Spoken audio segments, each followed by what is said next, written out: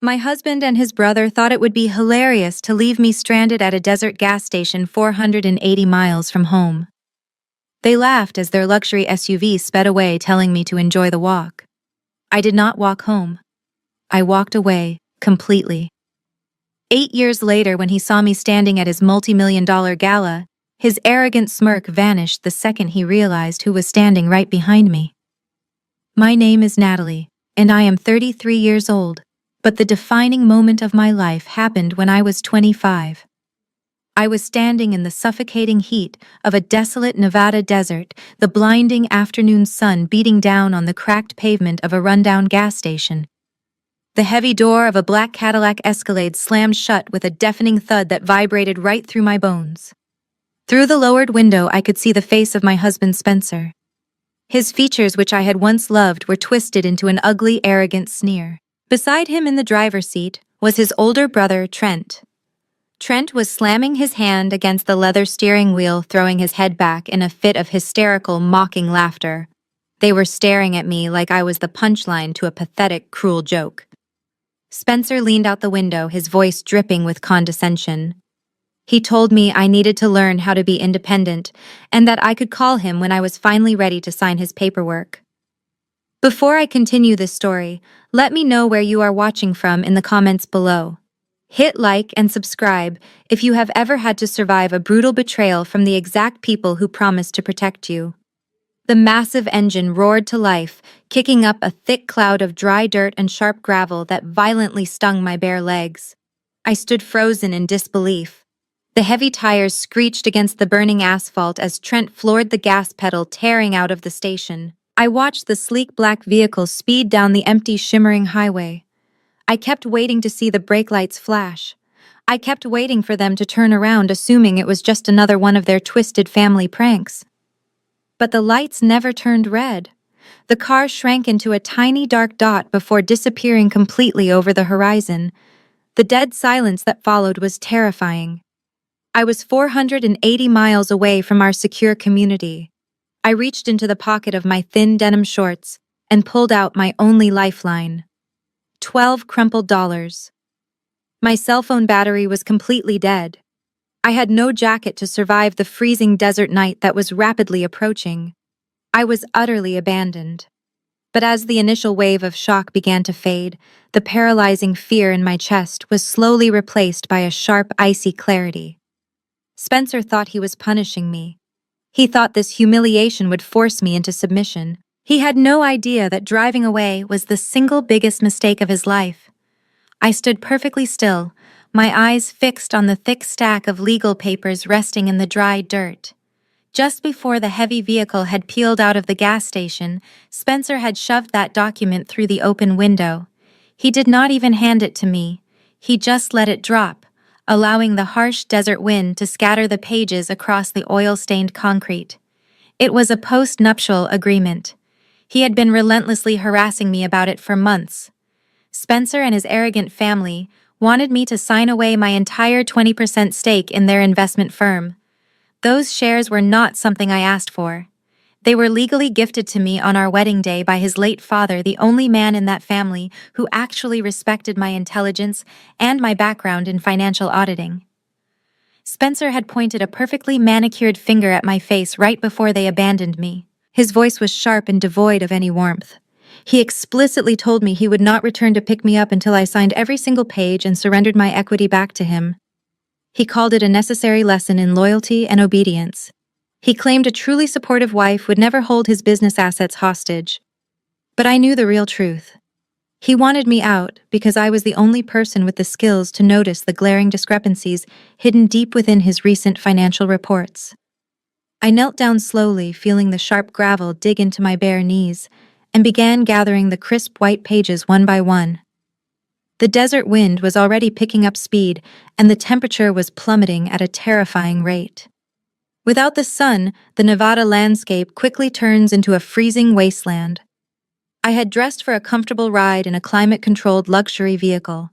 I was wearing a thin cotton summer dress and light sandals for what Spencer had promised would be a romantic weekend getaway. I had absolutely no jacket. I had no sweater. I did not even have a simple piece of fabric to wrap around my violently shivering shoulders. The vast sky above me began to shift from a bright, blinding orange to a deep, menacing shade of dark purple. The shadows cast by the rusted gas pumps stretched long and distorted across the cracked pavement. I looked down at the crumpled $12 clutched tightly in my cold hand. $12 was nothing. It would not buy a safe motel room. It would not buy a bus ticket back to civilization. It would barely buy me enough bottled water and stale food from the dingy convenience store to survive the night. I held the stack of legal documents against my chest, using the heavy paper to block the biting wind. A sickening realization washed over me. Spencer was not just throwing a temporary childish tantrum.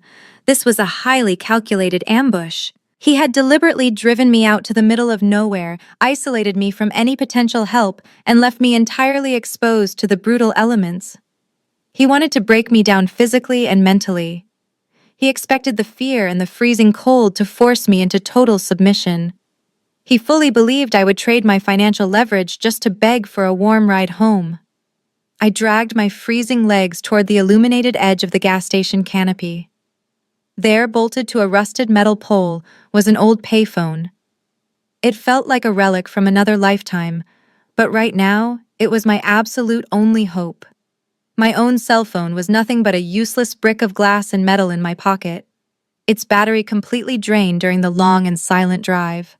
I frantically sorted through the $12 I had relieved to find a few quarters mixed in with the crumpled bills. My hands were shaking so violently from the rapidly dropping temperature that I dropped a coin twice before finally sliding it into the metal slot. I dialed the only phone number I had memorized other than my husband. It was Kendra. Kendra was the wife of Trent, a stunning and fiercely arrogant African-American woman who had always made it painfully clear that she considered me entirely beneath her. She came from massive real estate money and practically wore her superiority like an expensive designer coat. Despite our incredibly cold relationship, I foolishly thought that as another woman, she would never condone leaving a family member stranded in the freezing desert at night. I pressed the heavy plastic receiver to my ear and prayed for her to answer. The line rang 3 times before connecting. Immediately, a wave of loud bass and the sharp clinking of crystal glasses flooded my ear. She was at a party, a very expensive party, judging by the smooth live jazz music playing in the background. Kendra answered, her voice dripping with extreme annoyance. She had to shout slightly over the loud music. "Kendra, it is Natalie," I pleaded, my voice cracking from the dry wind and the sheer panic taking over my body. "Listen to me, please. Spencer and Trent left me at a gas station somewhere on the highway in Nevada. I have no car, my phone is completely dead, and it is freezing out here. You have to call them, tell them to turn around or send someone to come get me." There was a brief pause on the line. I actually heard the heavy ice in her glass clink as she took a slow, deliberate sip of her drink. Then a sharp, cruel laugh echoed through the receiver. It was a terrible sound that made my blood run much colder than the harsh desert air. "Oh, Natalie," Kendra sighed, her tone dripping with absolute venom. "You really thought you could play hardball with the family money and not get burned. You married Spencer for his bank account, sweetie. Did you honestly think you were an equal partner in this corporate empire?" "Kendra, please," I begged, hot tears finally welling in my eyes. "I am completely alone out here." "Then consider this a reality check," she snapped back, her voice turning totally ruthless. "You wanted a free ride. Well, the luxury ride is over. Walk home. It will help you lose some of that dead weight you have been carrying around." Before I could utter a single word in response, a sharp click echoed in my ear. The dead dial tone buzzed loudly against my frozen cheek. She had actually hung up on me. I stood there staring blankly at the plastic receiver, the horrifying reality of their coordinated cruelty finally sinking into my brain. I was not just abandoned by a temporarily angry husband, I was happily discarded by an entire family. The sun vanished completely, and the Nevada desert instantly transformed into a freezing, unforgiving nightmare. The temperature plummeted so fast that every breath I took felt like inhaling sharp shards of ice. I wrapped my arms tightly around my shivering body, rubbing my bare shoulders until my skin was raw, but it did nothing to stop the violent trembling. The sheer exhaustion of the day, combined with the paralyzing panic of total abandonment, began to weigh heavily on my physical body. I stumbled away from the payphone and pushed my way into the dimly lit, filthy restroom attached to the side of the gas station. It smelled strongly of cheap bleach and old rust, lit only by a single flickering fluorescent bulb that buzzed angrily above me. I locked the heavy metal door behind me and collapsed onto the cold, grimy tile floor. My legs simply refused to hold my weight any longer. I leaned my head against the cinder block wall, gasping for air, as a sudden sharp pain shot through my lower abdomen. At first, I tried to convince myself it was just the extreme stress. I told myself it was just the freezing cold and the intense fear making my stomach cramp. But the pain did not fade. It intensified, twisting into an agonizing, tearing sensation that doubled me over on the hard floor. A suffocating wave of pure terror washed over me. I dragged myself up to the dirty porcelain sink, my hands gripping the edges so hard my knuckles turned completely white. When I looked down, my worst nightmare became an undeniable reality. I was bleeding. I was exactly 6 weeks pregnant. It was a secret I had been carrying silently for the past few days, waiting for the perfect moment to tell Spencer. I had foolishly imagined a romantic dinner where I would share the joyful news, hoping a child might soften his rigid, demanding nature. Now alone in a freezing, isolated bathroom, hundreds of miles away from any hospital or qualified doctor, I was losing our baby. The physical agony was blinding, but the emotional devastation was completely unbearable. I slid back down the wall, curling my body into a tight ball on the floor, sobbing uncontrollably into my hands. Every agonizing cramp felt like a brutal reminder of my husband driving away laughing with his brother as he left me to suffer. He had abandoned me in the middle of nowhere to teach me a lesson about corporate obedience. Instead, his cruel power play was costing us the life of our unborn child. I lay there on that freezing floor for hours, battling the excruciating pain entirely alone. No one was coming to save me. My sister-in-law had mocked me. My husband had discarded me. As the physical trauma slowly began to subside, leaving me hollow and incredibly weak, a new feeling began to take root deep inside my chest. The terrified, heartbroken girl who had begged for help on that payphone died in that room. The harsh morning light filtered through the small frosted window of the gas station bathroom, pulling me out of a numb and dreamless sleep. My body ached in ways I had never experienced, and the cold tile beneath me offered no comfort. I slowly pushed myself up from the floor, leaning heavily against the dirty porcelain sink. I stared at my reflection in the cracked mirror. My face was pale, my dress was ruined, and my eyes were completely devoid of the innocent hope that had lived there just yesterday. I splashed freezing water on my face, letting the sharp shock wash away the last remnants of my old self. Spencer wanted to break me. He wanted to strip away my dignity and force me to crawl back to his massive estate begging for his forgiveness. But the woman he married died in that room. I walked out into the blinding Nevada sunlight. The desert was completely silent. The scattered pages of the post-nuptial agreement were still resting in the dust, exactly where the wind had left them the night before. I did not cry. The tears had completely dried up, replaced by an intense, burning focus. I walked over and calmly gathered the crisp white sheets of paper one by one. I reached into my small purse and pulled out a bright red ink pen. I sat down on the edge of the dusty concrete curb and flipped directly to page 3 of the Financial Disclosure Addendum. Spencer and his arrogant legal team thought they were so incredibly clever. They assumed I was just a naive, dependent wife who would blindly sign away her equity because the legal jargon looked too intimidating. What they conveniently forgot or perhaps completely underestimated was my actual profession. I was a senior forensic accountant. I spent my entire professional career tracking hidden assets, exposing corporate fraud, and dismantling complex financial structures for massive financial institutions. To the untrained eye, page 3 looked like a standard declaration of offshore equity holdings. But to me, it was a glaring, undeniable confession of federal tax evasion and massive money laundering. I uncapped my red pen and drew a thick, deliberate circle around a series of shell companies listed under a Cayman Islands registry. I traced the hidden money trail in the margins connecting the fake vendor accounts, doing the complex math instantly in my head.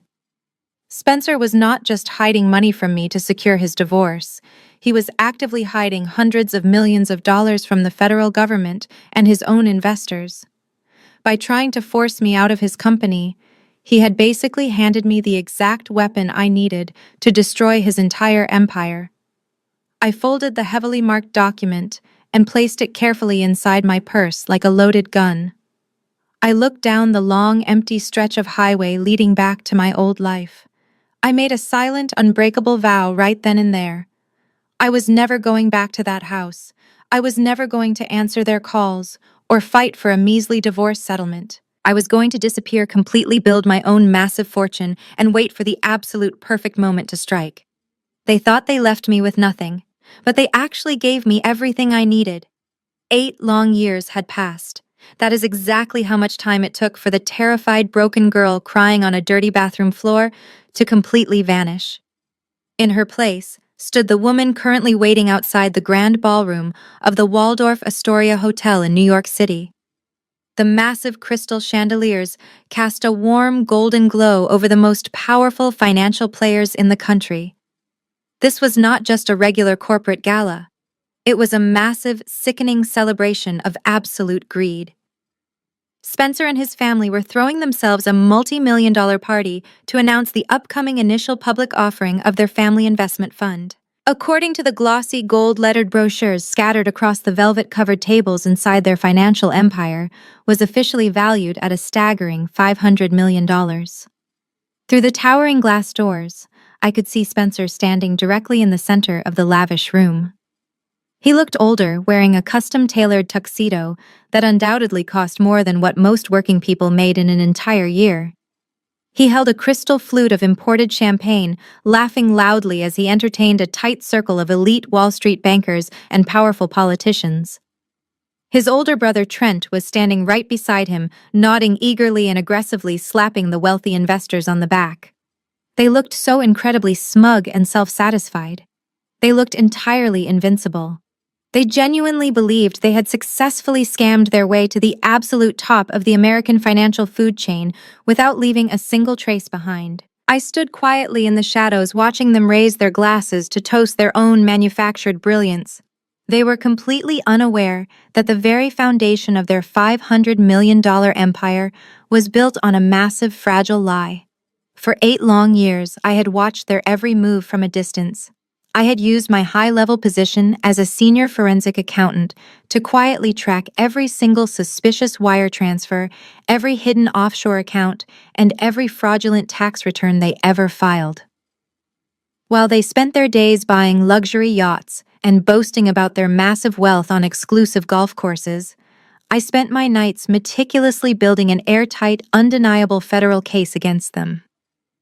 The live string quartet played a lively symphony that echoed loudly through the grand marble hallways, completely masking the calm, steady rhythm of my breathing. I did not feel a single ounce of fear, panic, or hesitation. The Waldorf Astoria was currently filled with the wealthiest and most arrogant people in the city, but none of them knew the real truth. Spencer honestly thought he had discarded a useless, dependent wife in the Nevada dirt all those years ago. He never imagined that the exact same woman had spent the last decade aggressively climbing the ranks of the most ruthless financial auditing firm in the world. He was expecting to take his fraudulent company public tomorrow morning and cash out hundreds of millions of dollars. But tonight there would be no victory. Tonight, the ghost from the desert was finally coming to collect everything. My attention shifted from Spencer to a loud, piercing laugh that cut sharply through the sophisticated hum of the ballroom. It was Kendra. She was parading through the sea of dark suits and elegant dresses like she was royalty holding court. She was dripping in excessive, flashy designer labels that practically screamed new money. She wore a heavy emerald green gown covered in hand-stitched crystals paired with a massive diamond necklace that was honestly too large for the occasion. Every step she took was calculated to draw maximum attention to herself. I watched her corner a small group of conservative old money investors and their quiet wives. She was talking loudly, making wild, dramatic gestures with her hands. Pinched tightly between her perfectly manicured fingers was a thick, solid metal credit card. It was an exclusive corporate black card issued directly from Spencer and Trent's investment firm, carrying absolutely no spending limit. She made sure every single person in earshot knew exactly what that piece of metal represented. She loudly bragged about how she had just used it to charter a private jet to Paris for a minor weekend shopping trip.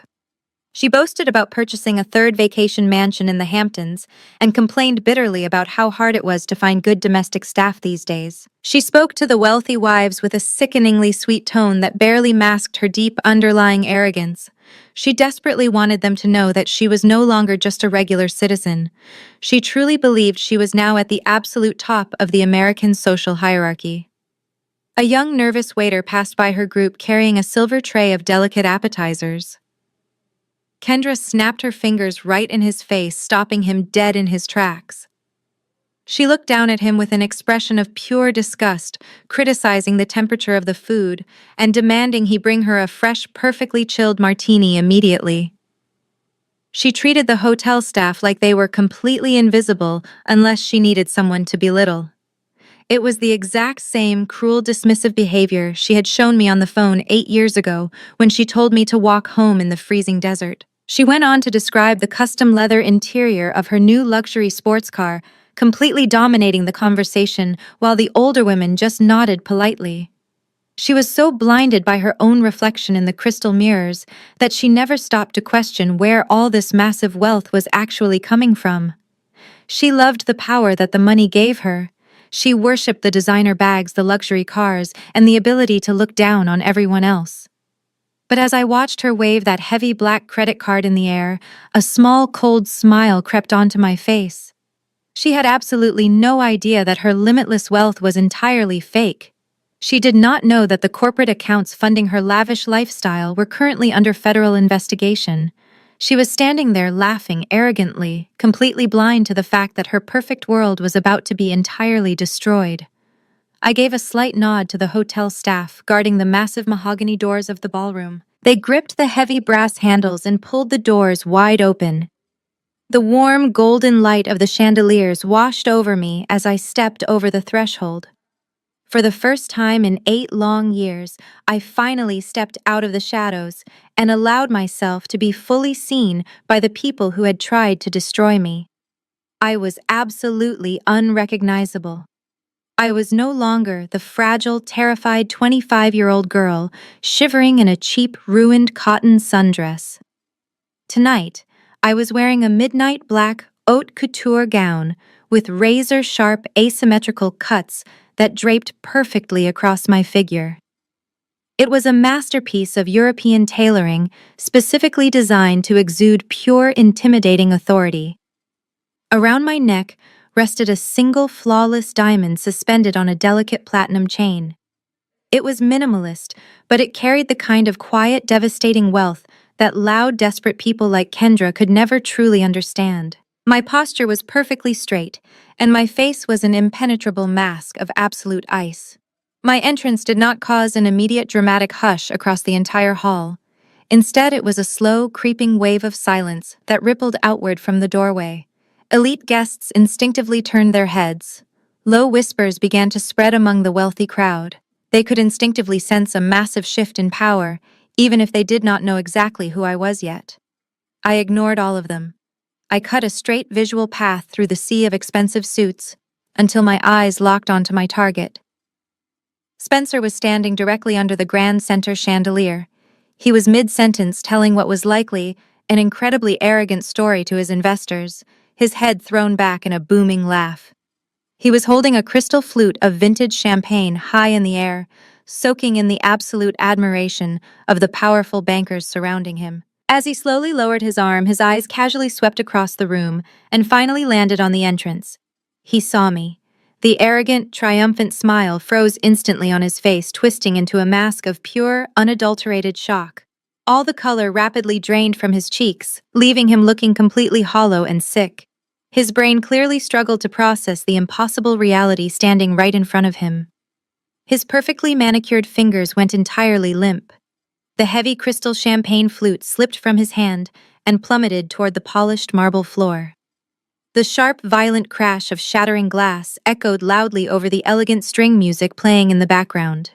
The wealthy men surrounding him jumped back in surprise as the expensive alcohol splashed across their polished shoes. Spencer did not apologize to them. He did not even look down at the mess he had made. He just stood there, completely paralyzed, staring at the woman he had discarded in the desert, who was now standing in his territory looking like an absolute queen. Spencer finally remembered how to breathe. He hastily kicked the jagged pieces of shattered crystal out of his way and took a slow step toward me. The initial panic in his eyes vanished quickly, replaced by the familiar mask of extreme arrogance. He slipped one hand casually into the pocket of his expensive tuxedo, desperately trying to project the image of a powerful man who was completely in control of the situation. He stopped just 2 feet away, invading my personal space. His gaze slowly dragged up from the hem of my black gown to the diamond resting against my collarbone. Then he let out a dry, condescending laugh that echoed loudly in the quiet room. "Well, good evening, Natalie," he said. He pitched his voice slightly louder than necessary, deliberately making sure the wealthy investors and corporate bankers surrounding him could hear every single humiliating word. What an incredibly dramatic entrance for someone so irrelevant. "I must admit, I never expected to see you standing in a room this exclusive. Tell me, did you blow through every last penny of that $50,000 divorce settlement just to rent that flashy dress? Did you really spend your entire life savings on a fake invitation just to get my attention one last time?" Trent stepped up right behind Spencer, crossing his heavy arms over his chest. He let out a crude snort, looking me up and down like I was a piece of trash that had somehow blown into the lobby. The elite crowd began to murmur, stepping back slightly to watch the spectacle unfold. Spencer soaked in the attention, his ego inflating with every second that passed. "So what exactly brings you to my celebration tonight?" Spencer continued, his tone dripping with absolute venom and superiority. "Please do not tell me you came all this way to beg for a job, because if you are looking to wait tables and earn a few pathetic tips, you really should have used the service elevator in the back to find the hotel manager. Or maybe you are just here to beg for a charity handout from my company. If that is the case, you picked the absolutely wrong night. I am busy celebrating a $500 million public offering with the most powerful people in this city. I do not have a single second to waste on a desperate failure who cannot move on with her life." He laughed out loud, a booming sound meant to crush my spirit completely. 8 years ago, those exact words would have broken me. I would have run out of those doors completely blinded by hot tears of shame. But tonight I did not even blink. I stood as rigid as a stone statue, staring directly into his hollow eyes. I did not scream. I did not explain myself, and I did not show a single trace of anger. My absolute and terrifying silence caused the smug smile on his face to slowly stiffen. He thought he was publicly destroying a helpless ex-wife, completely unaware that he was eagerly digging his own financial grave in front of the entire world. The heavy, uncomfortable silence between Spencer and me was suddenly shattered by the sharp, aggressive clicking of high heels against the polished marble floor. Kendra pushed her way violently through the tight circle of wealthy investors, her heavy emerald green gown sweeping dramatically behind her. She planted herself right next to Spencer, crossing her arms and glaring at me with a look of absolute unrestrained disgust. She clearly could not stand the fact that the attention in the room had shifted away from her flashy diamonds and onto my quiet, unmoving presence. "Oh my goodness, Spencer!" she practically yelled, her shrill voice echoing harshly off the high ceilings. "Why are you even wasting your breath entertaining this pathetic woman?" Kendra leaned forward, her eyes scanning my black evening gown with exaggerated pity and blatant disrespect. She reached out a perfectly manicured hand, stopping her finger just an inch from the dark fabric of my bodice. "I know exactly what you are trying to do tonight, Natalie, but anyone in this room with actual money can tell that this dress is a cheap, embarrassing imitation. Did you buy this pathetic knockoff out of the back of a van just to sneak in here and pretend you belong in our world?" The elite guests standing nearby exchanged highly awkward glances, some whispering quietly behind their crystal champagne glasses. Kendra thrived on this kind of toxic drama. She fed on the twisted power of publicly humiliating someone she deemed socially and financially inferior, a cruel habit she had practiced on me for years. She turned her back to me slightly, addressing the elite crowd, like she was hosting a trashy reality television show. She loudly announced to the entire room that my mere presence was a severe insult to the incredible exclusivity of the evening. She made absolutely sure to project her shrill voice so every single billionaire corporate executive and politician could hear her vicious words clearly. "This is a highly restricted private event," Kendra announced, her tone dripping with absolute entitlement and fake superiority. "Every single chair at these dining tables costs $20,000. Let me repeat that for you, Natalie. $20,000 for one single seat. And you honestly think you can just waltz in here wearing a fake designer gown and stand among actual successful people? You are completely delusional." Completely. Kendra dramatically threw her hands in the air and spun around to face the perimeter of the grand ballroom. She began snapping her fingers violently at the hotel staff standing near the walls, treating them like obedient dogs. "Manager," she screamed, completely abandoning any remaining shred of high society elegance. "I need the general manager over here right this second. Security, we have a desperate broke trespasser who needs to be escorted out of the VIP section immediately." She looked back at me, a vicious, triumphant sneer spreading across her heavily made-up face. She truly believed she had just delivered the final fatal blow to my dignity. She thought she was calling the armed guards to throw out the garbage. She had absolutely no idea she was demanding the physical removal of the woman who held the financial keys to every single thing she owned. Kendra stood there breathing heavily, her chest heaving under her emerald green gown as she waited for the security team to drag me away. Her shrill voice had successfully summoned the general manager of the Waldorf Astoria, who was quickly approaching our circle with two large security guards trailing closely behind him. Kendra crossed her arms, a sickeningly triumphant smirk spreading across her face. But as the manager reached our group, he did not even look in her direction. He did not grab my arm. He did not ask to see my invitation. Instead, he stopped a polite distance away from me, offered a deep, highly respectful bow, and asked if everything was completely to my satisfaction. Kendra looked as if she had just been physically struck. Her mouth fell open in total shock as she watched the most senior staff member in the building treat me with absolute reverence. I did not acknowledge her confusion. I simply gave the manager a calm, professional smile. I told him the evening was proceeding perfectly, but that the guests at my current table seemed incredibly tense. I casually instructed him to bring out a bottle of the most expensive vintage champagne from their private reserve cellar, and I specifically told him to charge the thousands of dollars directly to my personal master account. The manager nodded immediately, promising to return with the bottle right away before quietly backing away. Only then did I finally turn my attention back to Kendra. She was practically vibrating with a mixture of deep confusion and raw, boiling anger. Trent looked completely bewildered, while Spencer stared at me with his jaw tightly clenched.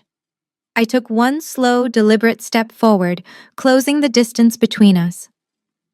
"You are absolutely right about one thing, Kendra," I said, my voice smooth, steady, and projecting clearly across the suddenly quiet room. "A single seat at these tables does indeed cost $20,000. It is a very impressive price tag. But you see, I did not buy a single seat, and I certainly did not need to forge an invitation or sneak in through the kitchen. I did not pay for a chair because I am the primary financial sponsor of this entire gala." Spencer let out a harsh, desperate bark of laughter, his face flushing a deep, angry crimson. He aggressively pointed a finger at my face, his voice shaking with forced bravado. "Are you completely insane, Natalie? My investment fund paid for this entire ballroom. My company sponsored this event. You have absolutely nothing to do with any of this." I tilted my head slightly, offering him a look of absolute, devastating pity. "Oh, Spencer," I sighed softly. "You really should pay much closer attention to your own accounting department. Your firm did not pay for this event. Your company has been completely insolvent and bleeding cash for over 6 months. The only reason this hotel did not cancel your lavish party last week is because Vanguard Financial stepped in and quietly covered your massive 7-figure deposit." And as the senior director of Vanguard, I am the one who personally signed the check that paid for the very floor you are standing on right now. The absolute silence that followed my announcement was deafening. The wealthy investors surrounding us, who had just been laughing at Spencer and his arrogant jokes, were now staring at him with a mixture of shock and deep suspicion. Spencer stood completely frozen, his mouth opening and closing like a suffocating fish, unable to formulate a single coherent response. Trent looked violently ill, his heavy shoulders slumping forward as the horrifying reality of my words began to sink in. They were completely exposed. But I was not finished.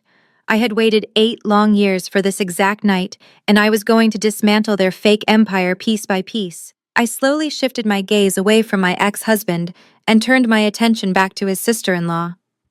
Kendra was still standing there in her heavy emerald green gown, clutching her diamond necklace.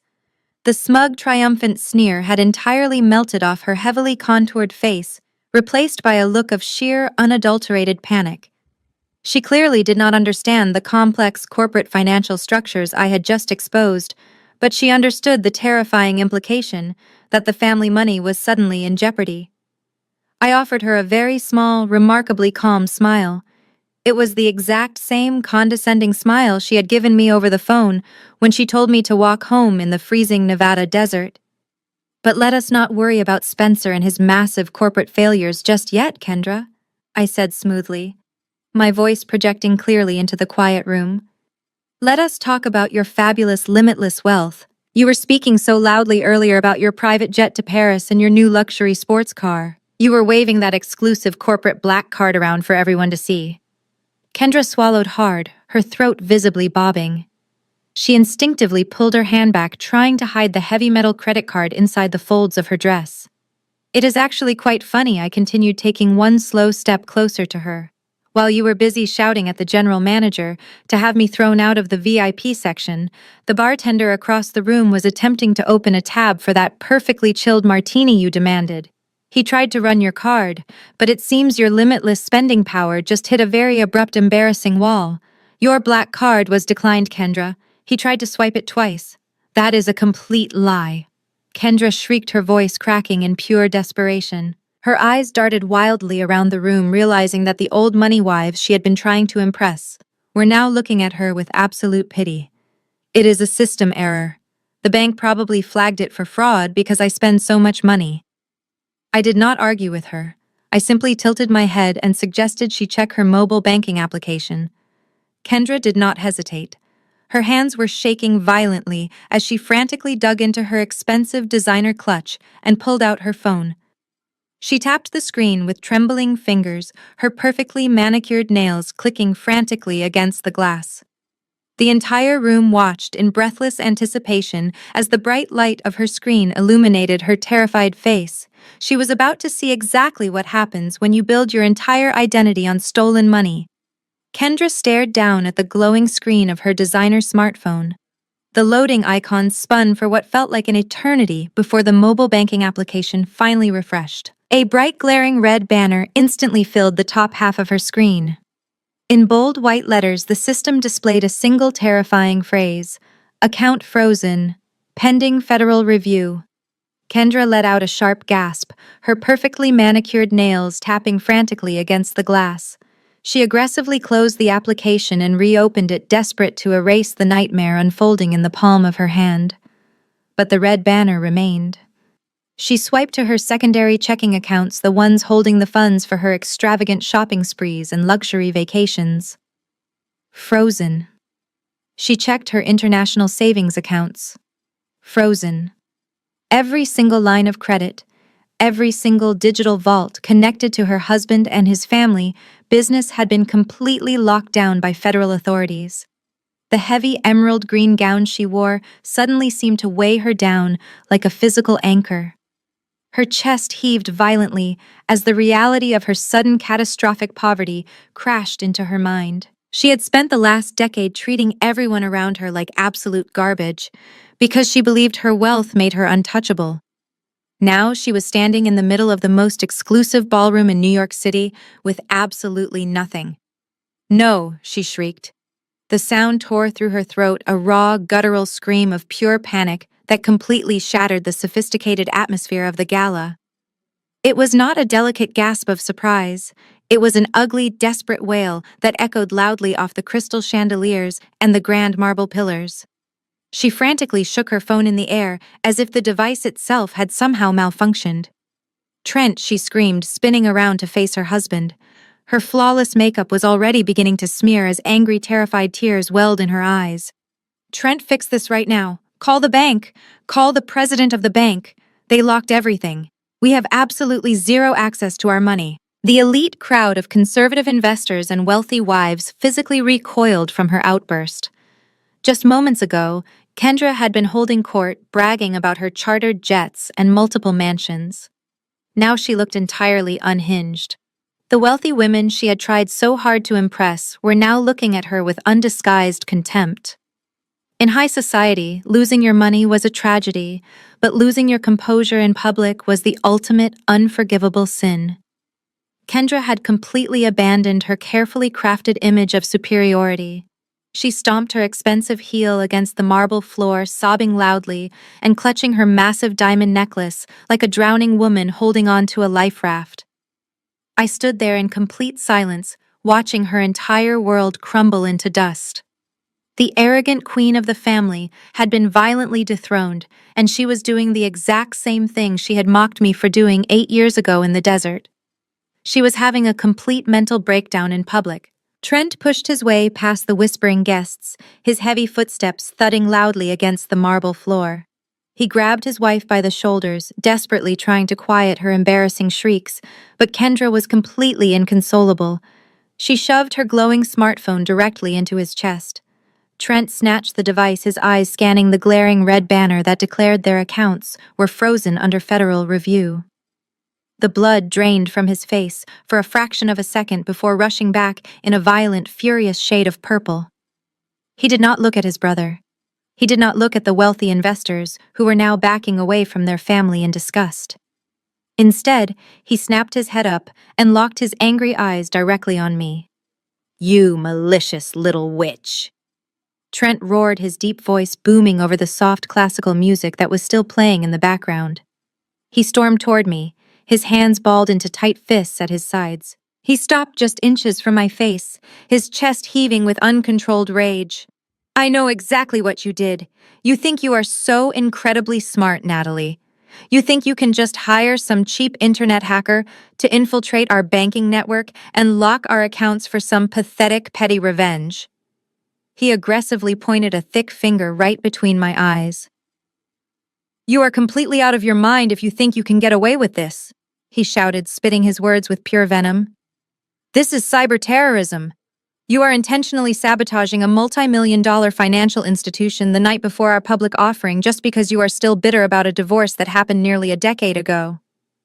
I am going to call my legal team right now. I am going to drag you into federal court and sue you for every single penny you have ever made.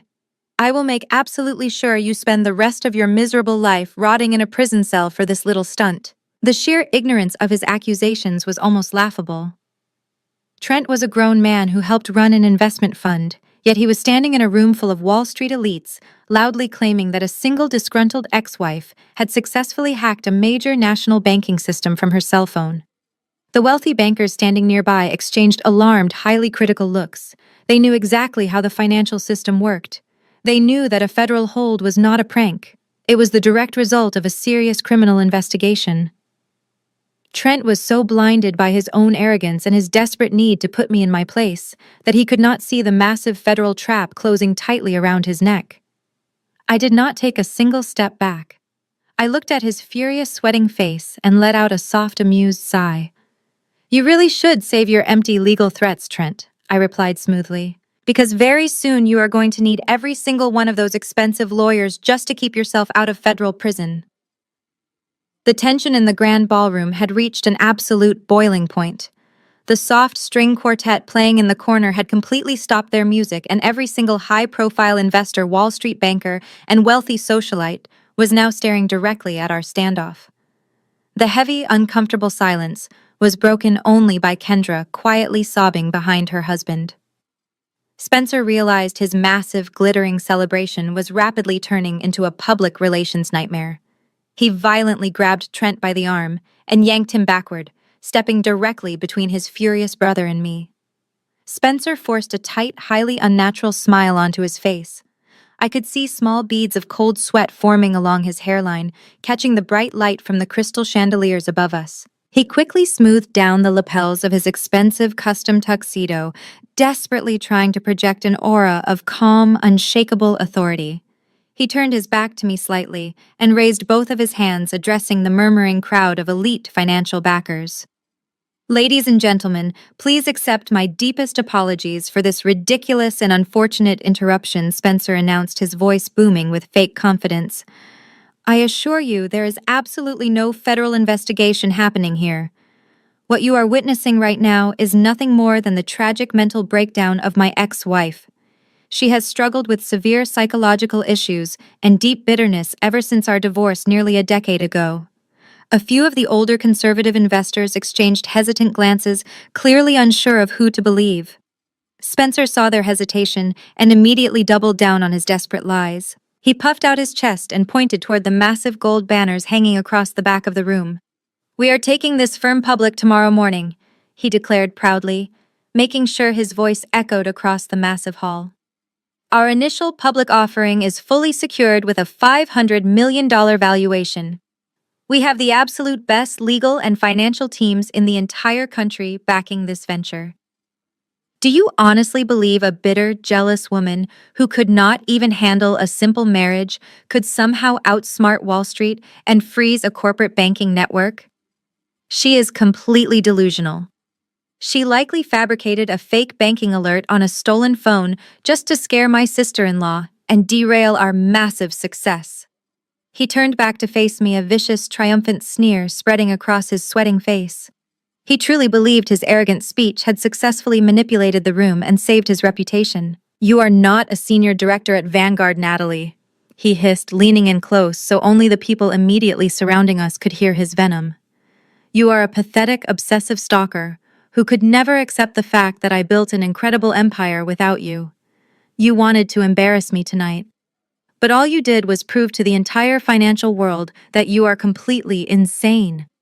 Spencer crossed his arms, waiting for me to break down or run away in shame.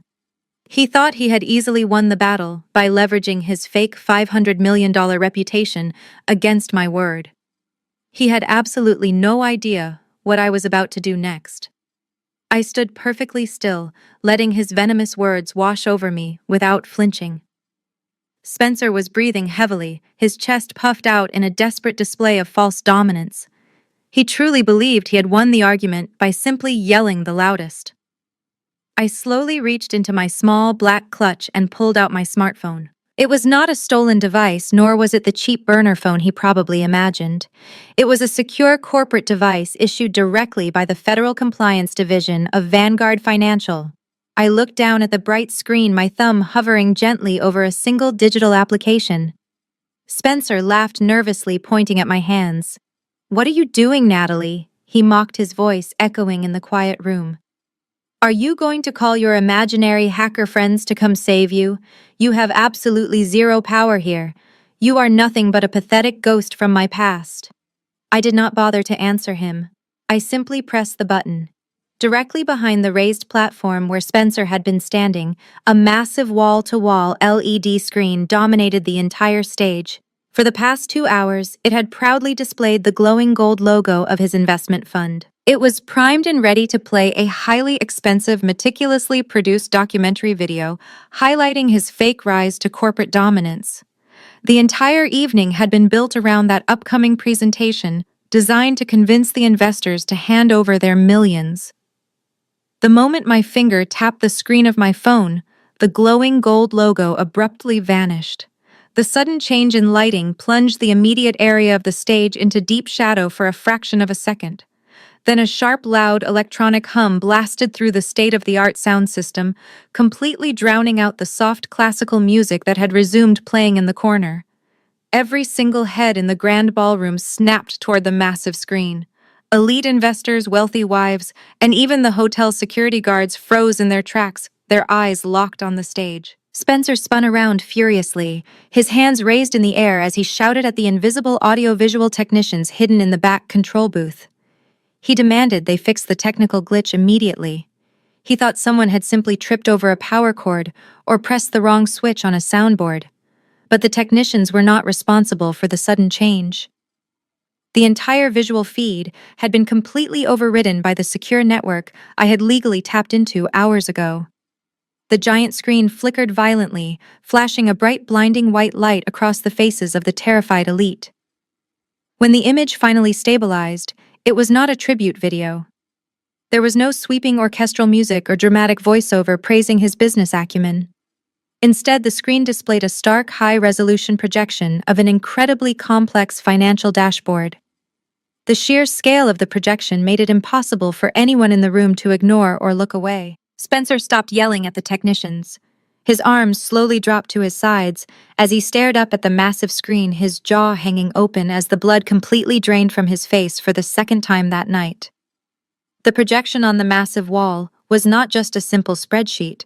It was a sprawling, intricately designed web of financial transactions that I had spent the last 8 years meticulously mapping out. Every single line and every single node on that glowing diagram represented a piece of the massive fraud Spencer had built his entire life around. The wealthy investors in the room were not fools. They were seasoned financial experts, and the moment their eyes adjusted to the data displayed on the screen, a collective gasp swept through the elegant ballroom.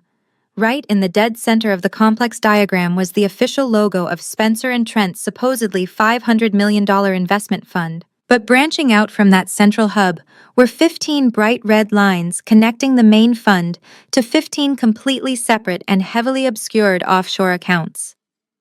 As I tapped the screen of my phone, the projection zoomed in, revealing the true nature of those accounts.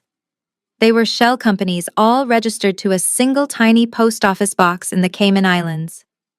I began to walk slowly across the polished marble floor, my heels clicking sharply in the dead silence of the room. I did not need a microphone. My voice carried perfectly across the shocked crowd. I pointed up at the glowing red web. What you are looking at, ladies and gentlemen, is not a successful American business. It is a highly sophisticated and completely illegal illusion. Spencer has spent the last 5 years taking your initial investments and secretly funneling them straight into these 15 phantom corporations. The investors stared at the screen, their faces turning pale as the terrifying reality set in. I swiped my finger across my device again, and the diagram animated the flow of money. It showed millions of dollars bouncing rapidly back and forth between the Cayman Islands and the main corporate accounts in New York. There is no actual revenue. I continued, my voice steady and completely void of any mercy. Spencer & Trent have been aggressively circulating the exact same pool of stolen money to artificially inflate their quarterly earnings.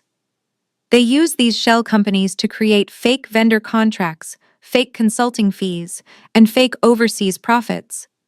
They were actively trying to take this hollow shell of a company public tomorrow morning so they could cash out completely and leave all of you holding hundreds of millions of dollars in federal debt. The sophisticated and calm demeanor of the Wall Street elite completely shattered. Powerful men in expensive tuxedos began shouting over one another, pointing furiously at the undeniable evidence projected above them. They were looking at the exact wire transfer numbers, the exact dates, and the exact offshore registry codes. The data was airtight because I had pulled it directly from their own hidden internal servers. Trent stumbled backward, bumping into a cocktail table and sending more crystal glasses crashing to the floor. Spencer stood completely frozen under the blinding light of the massive screen, his entire manufactured reality collapsing into dust right in front of his eyes. I turned my back to Spencer, directing my full attention to the crowd of furious investors who were now hanging onto my every word. I raised my hand, pointing directly at the glowing red lines crisscrossing the massive screen above us. What you are looking at is a textbook example of round-trip transactions and synthetic revenue, I explained, letting my forensic accounting training take complete control of the room. Spencer & Trent did not build a $500 million investment fund. They built a highly mutated corporate Ponzi scheme. A loud murmur of absolute outrage rippled through the ballroom, but I raised my voice, cutting through the noise with cold, hard facts. Every single quarter, when they needed to show consistent growth to attract new capital from you, they would wire millions of your dollars into these offshore accounts. The Cayman entities would then immediately send the exact same money back to the main fund in New York, falsely labeling the transfers as consulting fees or massive returns on phantom equity. They were simply moving the exact same dollar back and forth across international borders to artificially double and triple their balance sheet. One of the lead bankers stepped forward from the crowd, his face flushed with intense anger. He demanded to know how their official auditing firm had possibly missed such a massive, glaring discrepancy. Because they completely fabricated their accounts receivable and colluded to hide the debt, I answered smoothly without missing a single beat. They used forged vendor contracts to secure massive high-interest lines of credit from secondary lenders. That borrowed debt is the real money they have been spending. That is exactly how Kendra bought her custom designer dresses, chartered private jets to Europe, and paid for multiple vacation mansions in the Hamptons. They were aggressively bleeding the corporate accounts dry to fund their arrogant, lavish lifestyle. Then they used your new investor capital to quietly pay off the minimum interest on their massive hidden loans to avoid defaulting. I swiped my secure device one more time, bringing up a glaring bright red negative number right in the center of the massive display. Their $500 million valuation is completely fictitious, I declared, my voice ringing with absolute authority. If you subtract the hidden liabilities, the unpaid offshore loans, and the completely fabricated equity, this company is not just broke. It is currently operating at a catastrophic deficit of over $300 million. They are entirely insolvent. The terrifying reality of their criminal plan finally dawned on the wealthy crowd. The initial public offering scheduled for tomorrow morning was never about expanding a successful business into a new market. It was a desperate, highly calculated exit strategy. Spencer and Trent planned to take the company public, sell their absolutely worthless shares to unsuspecting retail investors, and use that massive influx of public cash to wipe out their hidden debt. They were going to walk away with hundreds of millions of dollars in clean money, leaving every single person in this room holding the bag for a completely bankrupt, fraudulent empire. The entire room instantly erupted into pure chaos. For a few agonizing seconds, the grand ballroom was suspended in a state of absolute disbelief. Then the dam completely broke. The collective shock of the elite investors instantly morphed into a blind, furious panic. The room erupted into a deafening roar of shouting voices and frantic movement. Powerful men in tailored tuxedos who had just been clinking crystal champagne glasses with Spencer were now aggressively pushing their way toward the exit doors. Dozens of glowing smartphone screens lit up the dim room as the most prominent financial backers in New York simultaneously scrambled to call their private legal teams. I watched a highly influential real estate mogul, the exact same man who had been loudly praising Trent just an hour ago, slam his fist down on a glass cocktail table. He screamed into his phone furiously, ordering his wealth management team to immediately halt every single transaction tied to Spencer and his family. Older, wealthy wives who had been eagerly listening to Kendra brag about her chartered jets were now rushing away from her as if she were carrying a highly contagious disease. The horrific realization hit the elite crowd all at once. They finally understood that the expensive catering they were eating and the luxurious venue they were standing in were entirely funded by their own stolen capital. Spencer violently snapped out of his paralyzed state and lunged forward into the angry crowd. He desperately waved his arms in the air, attempting to block the furious investors from leaving his ruined celebration. He shouted over the incredible noise, begging them to stay and listen to him. He desperately promised he could explain the offshore accounts and swore that the complex data projected on the massive screen was entirely fabricated. But his frantic words were completely useless. His meticulously crafted charm had vanished, replaced by the pathetic, sweating desperation of a trapped criminal. No one was listening to his lies anymore. The wealthy bankers pushed right past him, shoving him aside like he was nothing but a minor obstacle in their desperate rush to save their massive fortunes. Trent had completely surrendered to the reality of the situation. He was slumped heavily against a thick marble pillar, his face buried deep in his hands. He fully realized that their lavish lives were officially over. He knew the furious investors dialing their high-powered lawyers would not stop until both brothers were entirely stripped of their assets.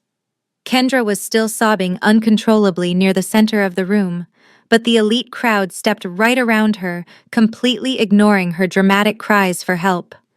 The superficial social hierarchy she worshipped had turned on her in an instant. I remained standing perfectly still amidst the swirling chaos of the ballroom. I did not need to raise my voice or try to gloat over their destruction. I simply stood there and watched the inevitable violent collapse of the fraudulent empire they had built on my suffering. 8 years ago, they had laughed out loud as they drove away, leaving me completely isolated to freeze in the Nevada desert. Tonight, they were the ones who were completely abandoned, surrounded by a furious crowd of former allies who now wanted nothing more than to see them locked inside a federal prison cell. Spencer realized his carefully constructed empire was completely gone. The wealthy investors were no longer listening to him. The offshore money was trapped.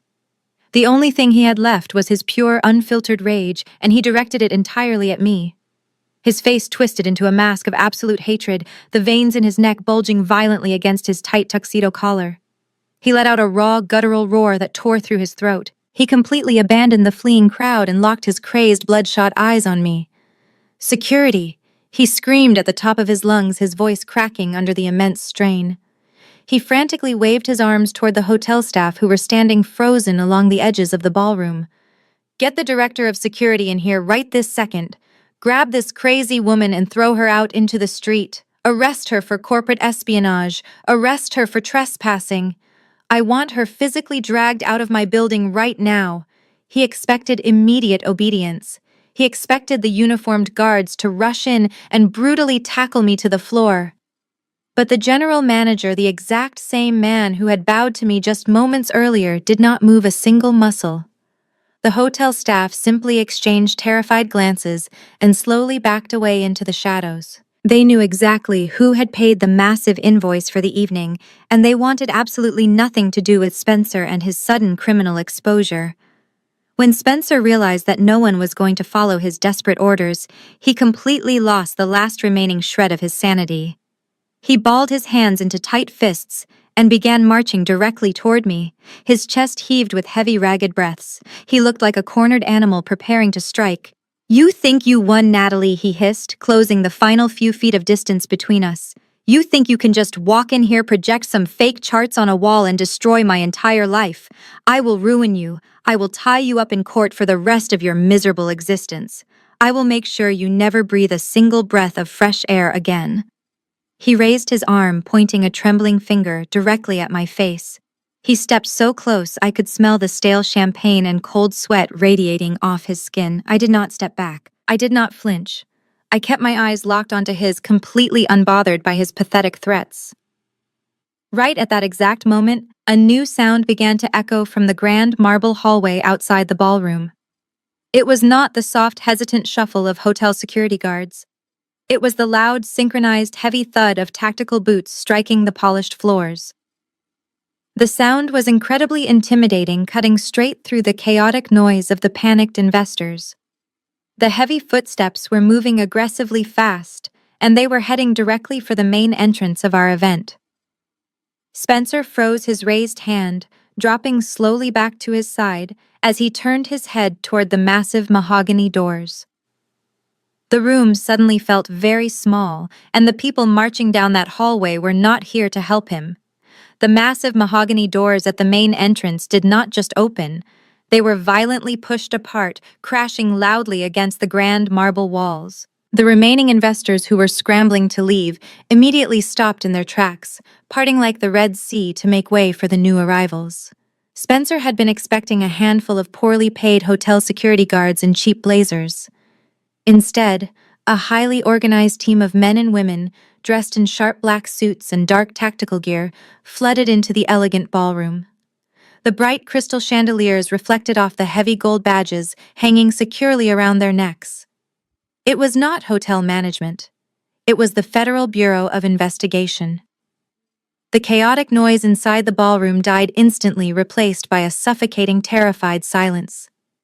The armed agents quickly fanned out across the perimeter, securing every single exit and blocking the frantic bankers from leaving the crime scene. Leading the federal raid was a tall, imposing man with piercing dark eyes and a completely unreadable expression. He was Special Agent Harrison, a veteran investigator from the White Collar Crime Division, and the man I had been secretly coordinating with for the past 18 months. He walked with the kind of absolute, unshakable authority that immediately commanded the entire room. But Agent Harrison was not walking alone. Right beside him, matching his confident, steady pace, was a man who commanded a completely different kind of power. He wore a perfectly tailored charcoal suit that made Spencer look like a cheap imitation of a businessman. His name was Donovan. He was a notoriously private, incredibly ruthless billionaire and the anonymous chairman of the Vanguard Financial Group. While Spencer desperately spent his entire life begging for attention in high society magazines, Donovan was the kind of man who actually owned the printing companies. He was the invisible hand that controlled billions of dollars in the global market, and he was the exact person who had quietly purchased all of the hidden debt Spencer and Trent had accumulated. The wealthy crowd practically held their breath as Donovan and Agent Harrison walked directly toward the center of the room. Spencer took a clumsy step backward, his previous rage evaporating into pure, unadulterated terror. He looked back and forth between the federal agents and the anonymous billionaire, his brain completely unable to comprehend how these two massive forces of power had suddenly appeared at his private celebration. Donovan did not even look at Spencer at first. He walked straight past the trembling man and came to a stop right beside me. He offered me a warm, deeply respectful smile that completely contrasted the freezing temperature of the room. Then he slowly turned his head to look at my ex-husband. The look of utter disgust on the face of Donovan was absolutely devastating. Spencer opened his mouth to speak, perhaps to demand an explanation or to offer another pathetic lie, but the words completely died in his throat. The Empire was officially dead, and the executioners had just arrived. The heavy silence in the room was suddenly broken by a sound that made my skin crawl. It started as a low, breathy chuckle coming from deep inside Spencer. Within seconds, that chuckle morphed into a loud, echoing, completely maniacal laugh. He threw his head back, his shoulders shaking violently under his tailored tuxedo. The wealthy investors standing nearby physically recoiled, staring at him, as if he had just transformed into a terrifying monster. Spencer had officially snapped. His massive, fragile ego simply could not process the terrifying reality of his own destruction, so his brain aggressively rewrote the narrative to protect himself. He clapped his hands together, stepping toward Special Agent Harrison with a wide, deranged smile plastered across his sweating face. "Oh, thank goodness you are finally here," Spencer announced, his voice booming with a sickening level of false confidence. "I did not realize the hotel management actually called the federal authorities, but I am incredibly glad they did. You gentlemen arrived at the absolute perfect time to handle this completely ridiculous situation." Spencer aggressively thrust his finger through the air, pointing it directly at my face. He looked at the armed federal agents and then back to me, his eyes wide and completely unhinged. "Arrest her right now," he ordered, speaking to the veteran investigator as if he were commanding a lowly intern. "Arrest this woman immediately. She is a dangerous, disgruntled ex-wife who has spent the last decade obsessing over my incredible success. She just committed major corporate espionage and cyber terrorism against a $500 million financial institution." He paced back and forth across the marble floor, gesturing wildly toward the massive screen that was still brightly displaying his illegal offshore accounts. "She hacked into our highly secure private servers," he shouted, his voice cracking with desperate, manic energy. "She fabricated all of those ridiculous financial diagrams to defame my flawless character and completely sabotage our initial public offering tomorrow morning. Do you have any idea how much money I manage? I am a respected pillar of the New York financial community. This woman is a nobody who sneaked into my private gala just to throw a childish tantrum. She even locked my family banking accounts to cause a public panic. She is completely insane, and I demand you put her in federal handcuffs immediately." Trent and Kendra watched from the shadows in absolute horror. Even they realized that Spencer had completely lost his grip on reality. He was standing directly in front of the authorities with a mountain of undeniable digital evidence glowing brightly right behind him, and he honestly believed he could just lie his way out of it by playing the innocent victim. Spencer finally stopped his frantic pacing. He crossed his arms over his chest, a smug, deeply satisfied sneer returning to his face. He looked at Special Agent Harrison eagerly, waiting for the heavily armed team to rush forward and drag me out of the ballroom. He expected to watch me cry and beg for mercy. But nobody moved. The federal agents remained perfectly still, their hands resting calmly on their tactical belts. The deafening silence that followed his unhinged rant was the absolute final nail in his coffin. Donovan slowly stepped forward, breaking the suffocating silence that had fallen over the room. He closed the small gap between us, reaching out to wrap his arm firmly and protectively around my waist. He pulled me gently against his side in a clear, undeniable statement of unity and power. He looked directly at Spencer, and the expression on his face was one of absolute freezing contempt. Donovan did not look angry or out of control.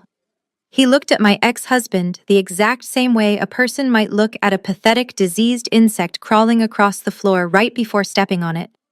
Spencer swallowed hard, his arrogant sneer completely faltering as he stared at the notoriously ruthless billionaire.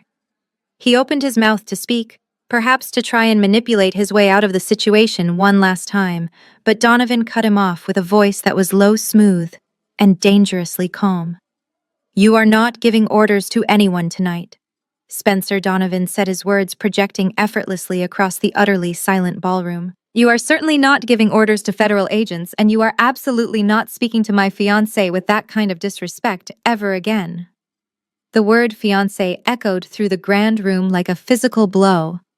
The wealthy investors who were still lingering near the exits gasped softly.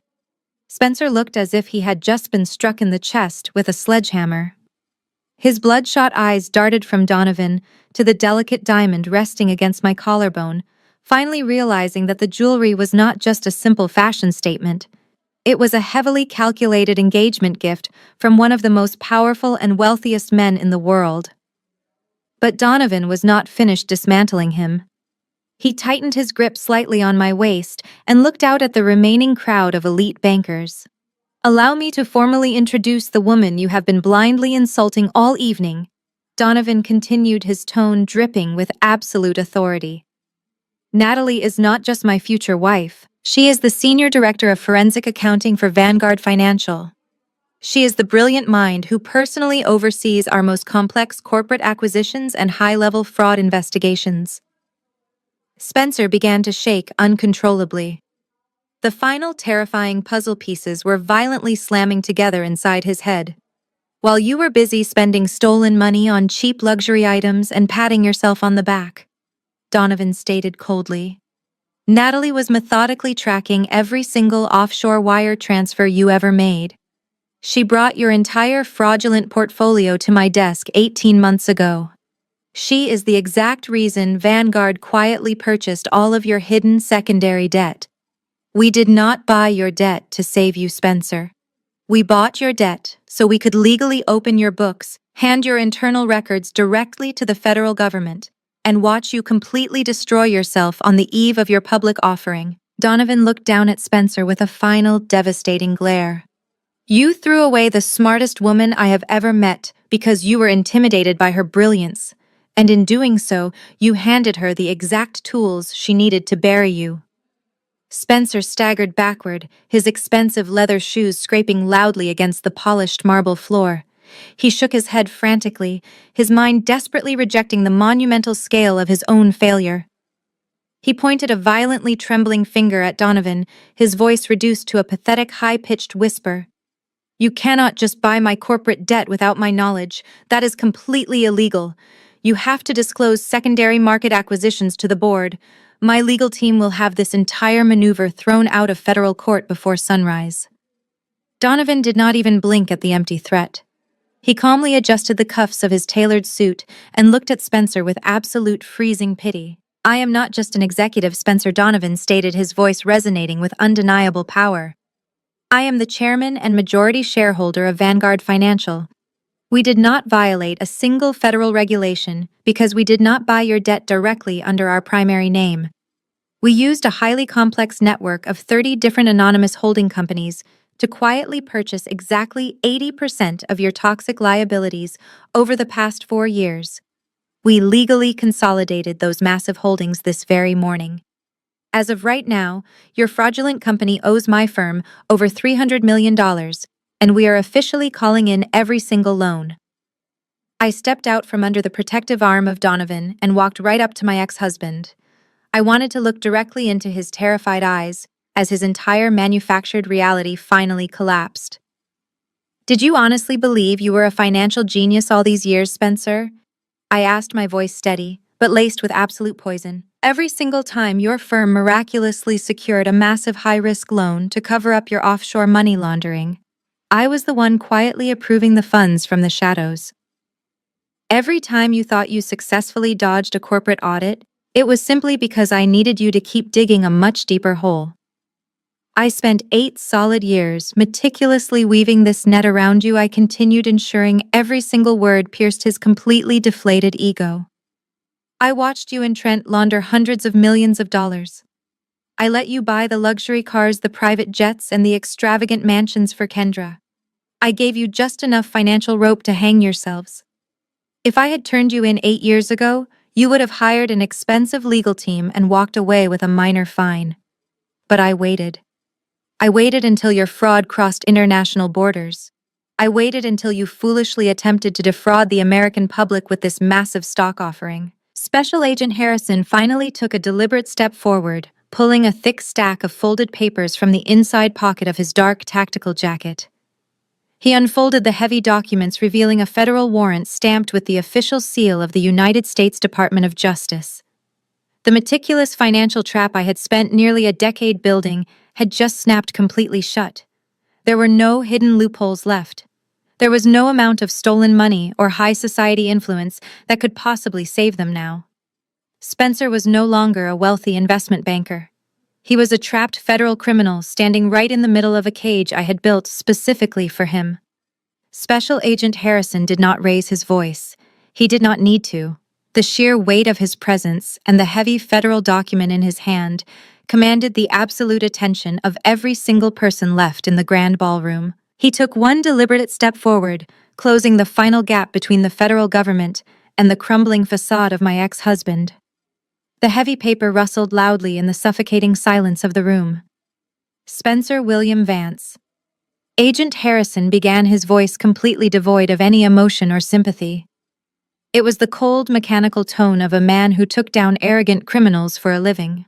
By the order of the United States Department of Justice, you are hereby placed under federal arrest. Spencer visibly flinched, as if the words themselves had physically struck him. He looked wildly over his shoulder, as if expecting to find a hidden exit or a team of expensive lawyers waiting to save him. But there was absolutely no one behind him except his equally terrified brother and a wall of heavily armed federal agents.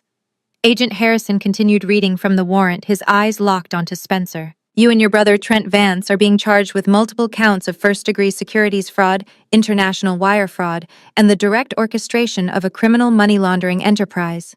The federal indictment details the illegal concealment and illicit transfer of over $300 million through unauthorized offshore entities. The specific number echoed through the high ceilings of the Waldorf Astoria: $300 million. Hearing the exact amount spoken aloud by a federal investigator completely shattered any remaining doubt among the wealthy investors still watching from the perimeter of the room. This was not a minor accounting error. It was not a simple misunderstanding that could be settled with a discreet fine. This was a massive, historically significant financial crime, and Spencer was going to spend the rest of his natural life behind bars. Trent Vance. Agent Harrison said, shifting his piercing gaze to the older brother, who was still slumped heavily against the marble pillar. You are named as a primary co-conspirator in this federal indictment. Step away from the wall and place your hands visibly in front of you. 2 federal agents immediately detached from the perimeter wall and moved swiftly toward Trent. They did not ask politely.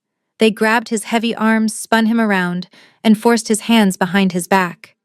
The sharp metallic click of heavy steel handcuffs ratcheting shut cut through the silence like a gunshot. Trent did not resist.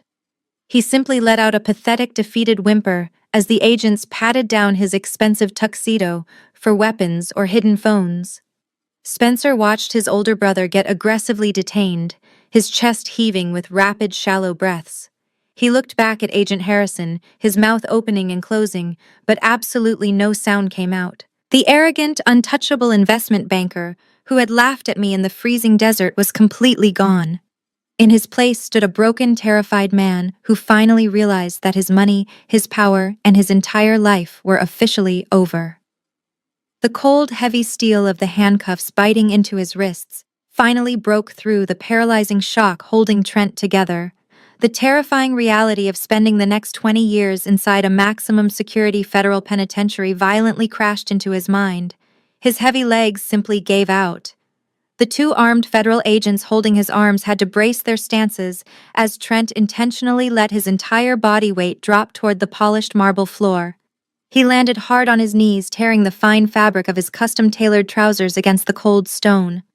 He looked up at Special Agent Harrison with wide, bloodshot eyes that were now rapidly filling with terrified tears. The aggressive, intimidating man who had confidently threatened to sue me into oblivion just half an hour ago was now sobbing hysterically like a frightened child.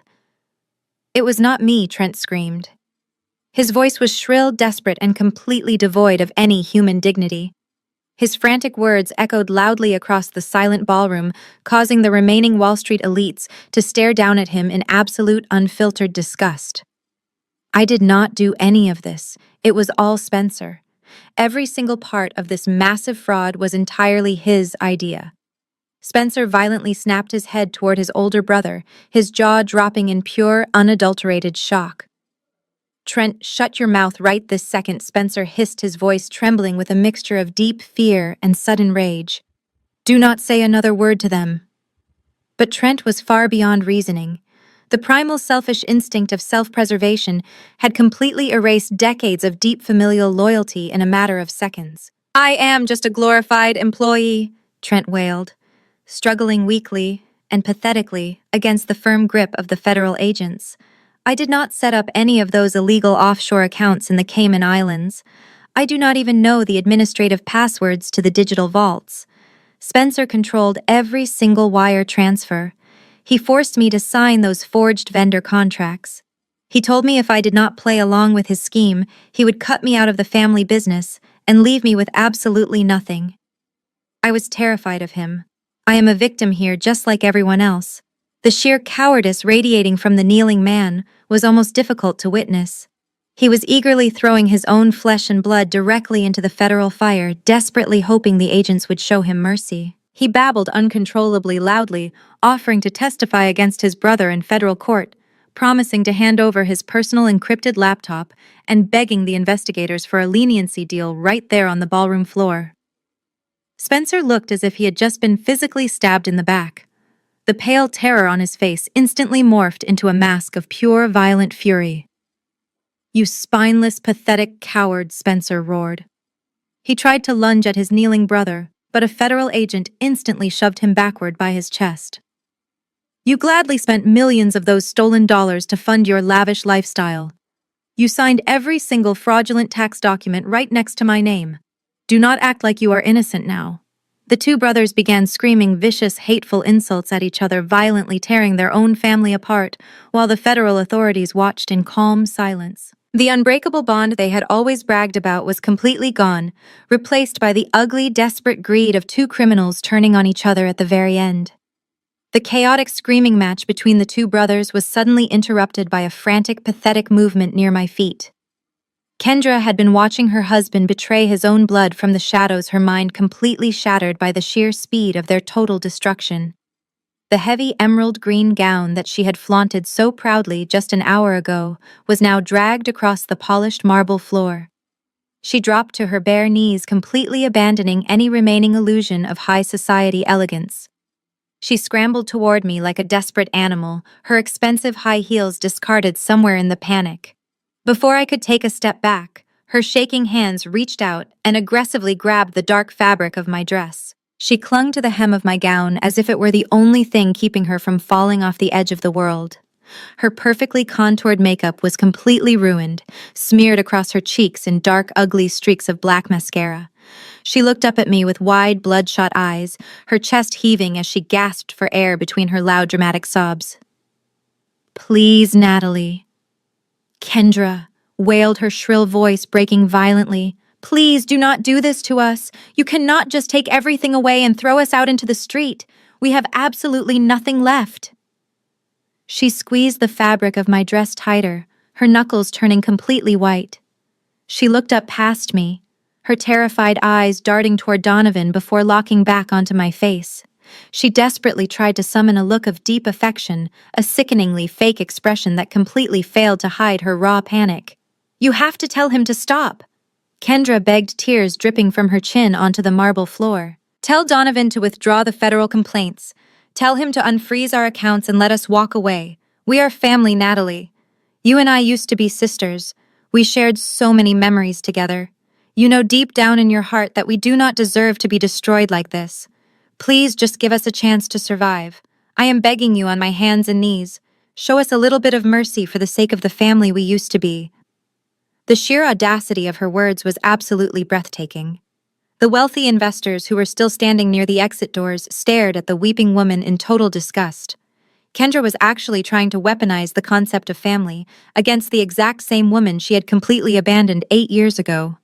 She honestly believed that a few desperate tears and a fake apology could instantly erase a decade of profound cruelty. She was begging for a lifeline from the very person she had proudly pushed into the freezing desert. I looked down at her shaking hands gripping my dress, and I did not feel a single drop of pity. I stared down at the desperate woman weeping at my feet. I did not feel a single ounce of sympathy. I slowly reached down, my hands moving with deliberate, freezing precision. I grabbed Kendra by the wrists and forcibly peeled her shaking fingers off the dark fabric of my gown.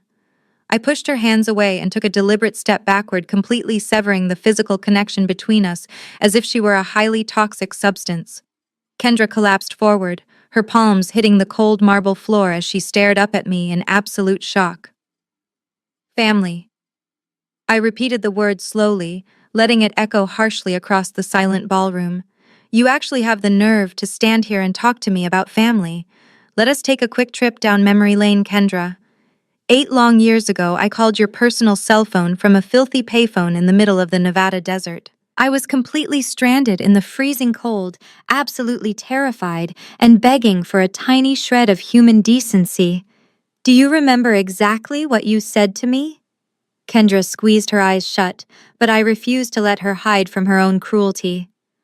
I did not wait for her to answer. "You laughed at me," I stated, my voice ringing with crystal-clear authority. "You told me I was a pathetic, dependent liability. You told me to start walking because my existence was no longer your problem. You proudly participated in my destruction, and now you want me to save you. There is absolutely no mercy left for you here." I turned my back on her and shifted my gaze directly to Spencer. He had stopped shouting at his handcuffed brother and was now staring at me, his chest heaving with shallow, panicked breaths.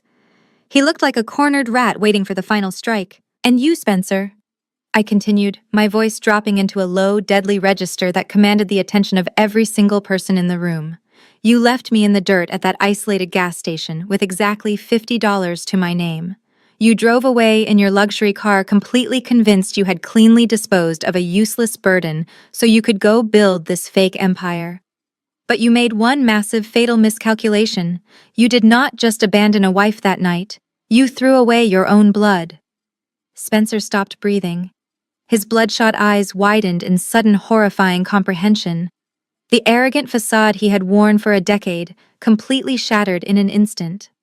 "I was pregnant, Spencer," I declared, stripping every last drop of emotion from my words so they hit him like a physical blade. "I was carrying your child. When you left me in that freezing desert, the immense physical trauma and the sheer terror of abandonment were simply too much for my body to handle. I collapsed on the concrete floor of a dirty bathroom, and right there, entirely alone in the dark, the heart of your unborn child stopped beating forever. The silence that instantly slammed into the grand ballroom was absolute crushing and entirely suffocating. It was a heavy physical weight that pressed down on the wealthy investors, the hotel staff, and the armed federal agents. No one dared to move a single muscle. No one dared to take a breath. Even Kendra had completely stopped her pathetic sobbing, her hands covering her mouth in pure, unadulterated horror.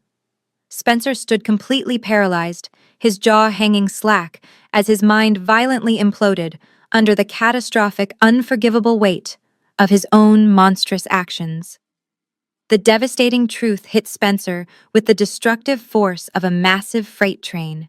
The arrogant sneer, the fake confidence, and the desperate bravado he had wielded like a shield for the last decade were completely obliterated in a single heartbeat. His mind frantically tried to reject the terrifying reality of my words, but the absolute certainty in my voice left him with no room for denial.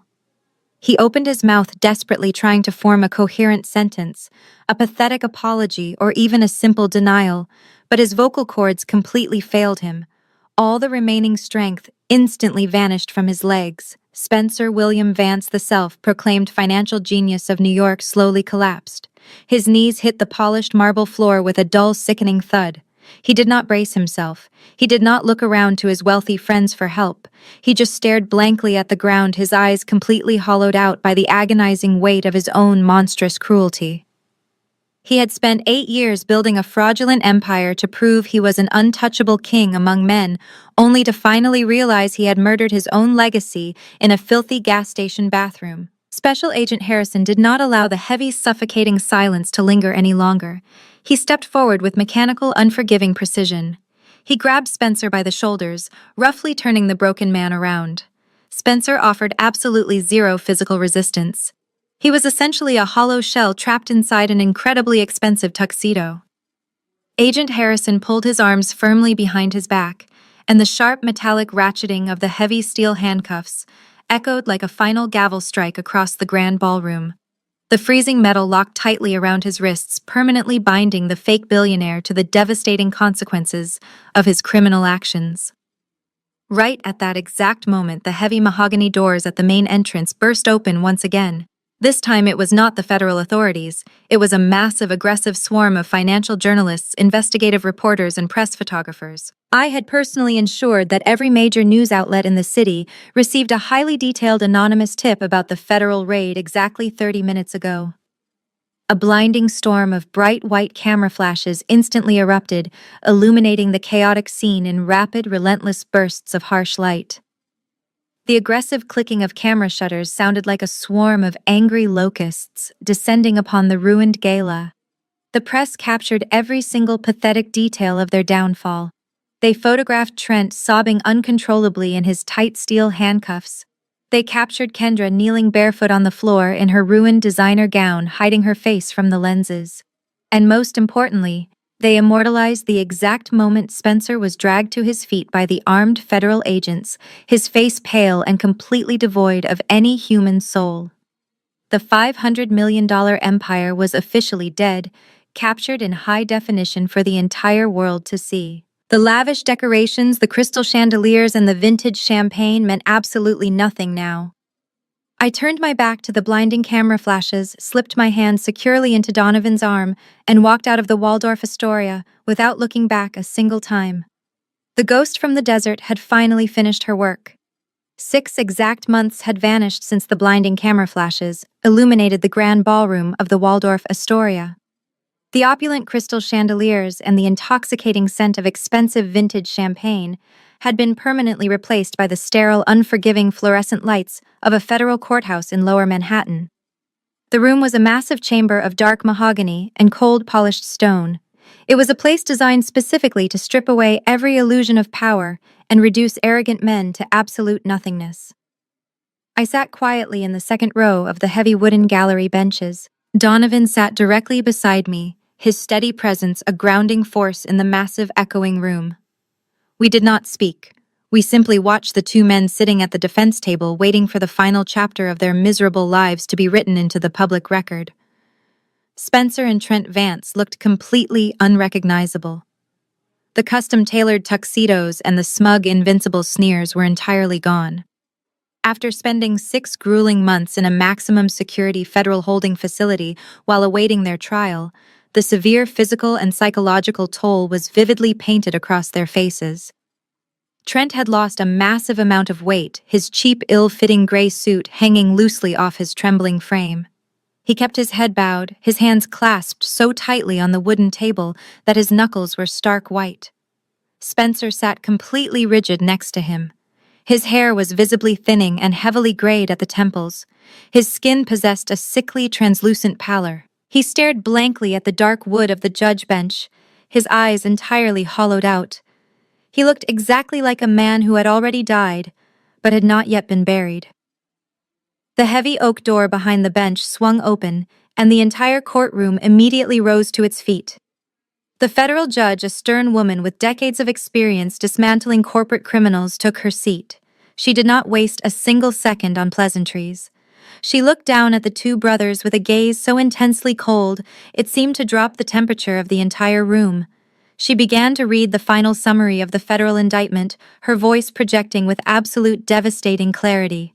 She systematically dismantled their entire fake empire out loud for the public record. She detailed the $300 million deficit. She listed the 15 phantom shell companies registered in the Cayman Islands. She spoke of the forged vendor contracts, the synthetic revenue streams, and the massive illegal loans they had secured under false pretenses. Every single word she spoke was an undeniable confirmation of the meticulous forensic accounting trap I had built over the last 8 years. The judge then shifted her focus to the financial restitution. She declared that the Vance Family Investment Fund was officially dissolved. By federal decree, every single asset tied to their names, their corporate entities, and their spouses was subject to immediate, absolute seizure.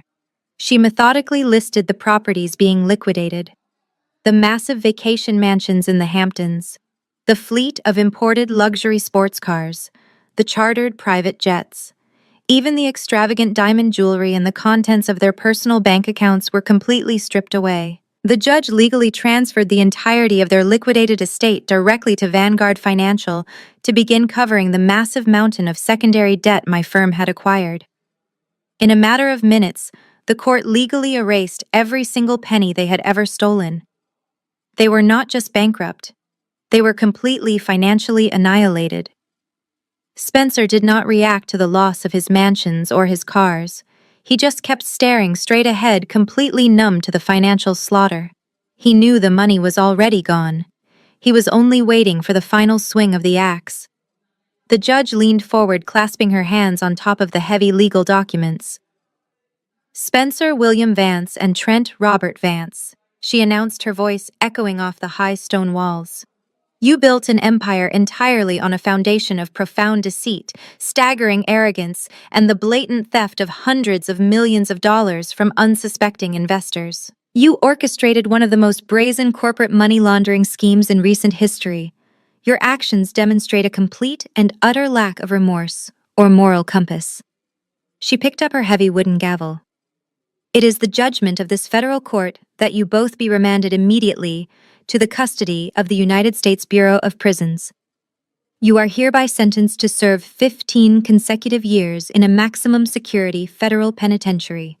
The judge paused, ensuring her final words would ring in their ears for the rest of their lives. Due to the severe, premeditated nature of your financial crimes, this sentence is to be served in its entirety. There will be absolutely no possibility of early release. There will be no parole. You are entirely dismissed. The sharp, violent crack of the wooden gavel slamming against the sounding block echoed like a gunshot through the silent courtroom.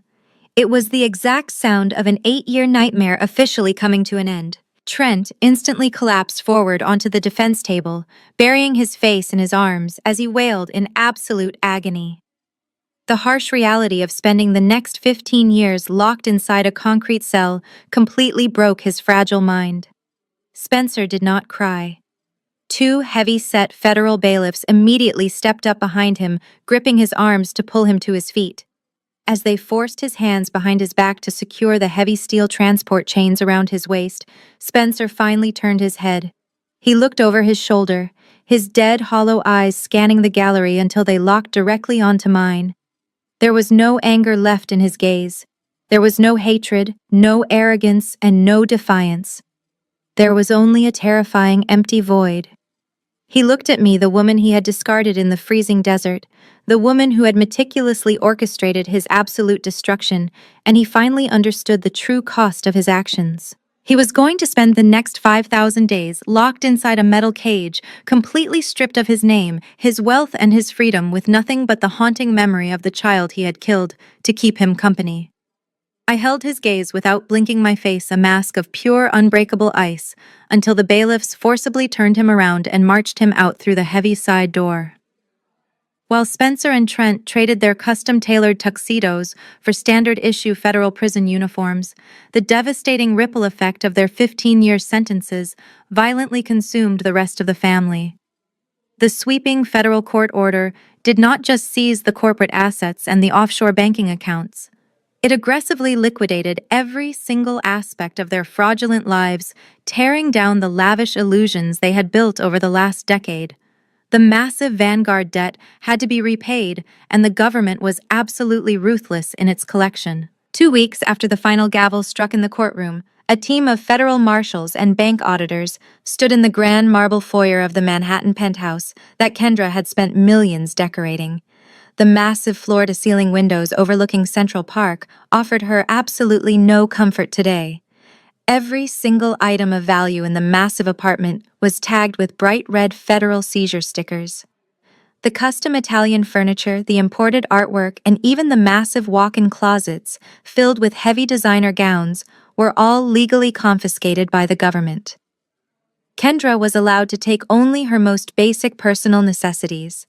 Her matching sets of luxury leather luggage had been seized for auction, leaving her to pack her few remaining plain garments into a scuffed, faded canvas suitcase she had found buried in the back of a utility closet. She wore cheap gray sweatpants and a faded cotton shirt, completely stripped of her heavy diamond necklaces and her emerald green dresses.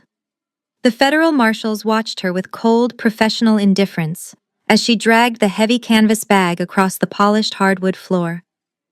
The broken wheels of the suitcase squeaked in a pathetic, rhythmic whine that echoed loudly through the empty, cavernous rooms she used to rule. When she finally stepped out into the hallway, the heavy oak door of the penthouse slammed shut behind her. The sharp, metallic click of the deadbolt, locking her out of her own life, sounded incredibly final. She dragged her broken suitcase into the elevator and rode down to the lobby. The hotel concierge, a man she used to aggressively snap her fingers at and treat like a peasant, did not even look up from his desk as she walked out the front glass doors. She was no longer a VIP guest. She was just another broke, evicted citizen, blending into the crowded sidewalks of New York City. Fast forward a few agonizing weeks. The brutal reality of having absolutely zero money and no marketable job skills quickly caught up with her. The woman who once bragged loudly at high society galas about chartering private jets to Paris and carelessly waving a limitless corporate black card was now facing the terrifying prospect of true poverty.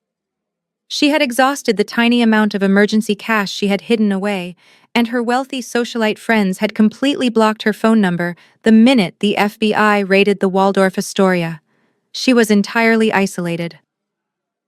On a freezing Tuesday morning, Kendra found herself standing under the flickering, harsh fluorescent lights of a crowded city social welfare office. The room smelled of stale coffee, wet wool, and the exhausted sighs of desperate people trying to survive. Kendra stood near the back of a massive winding line, clutching a crinkled manila folder filled with government application forms. She was there to apply for federal food stamps just so she could afford to buy basic groceries.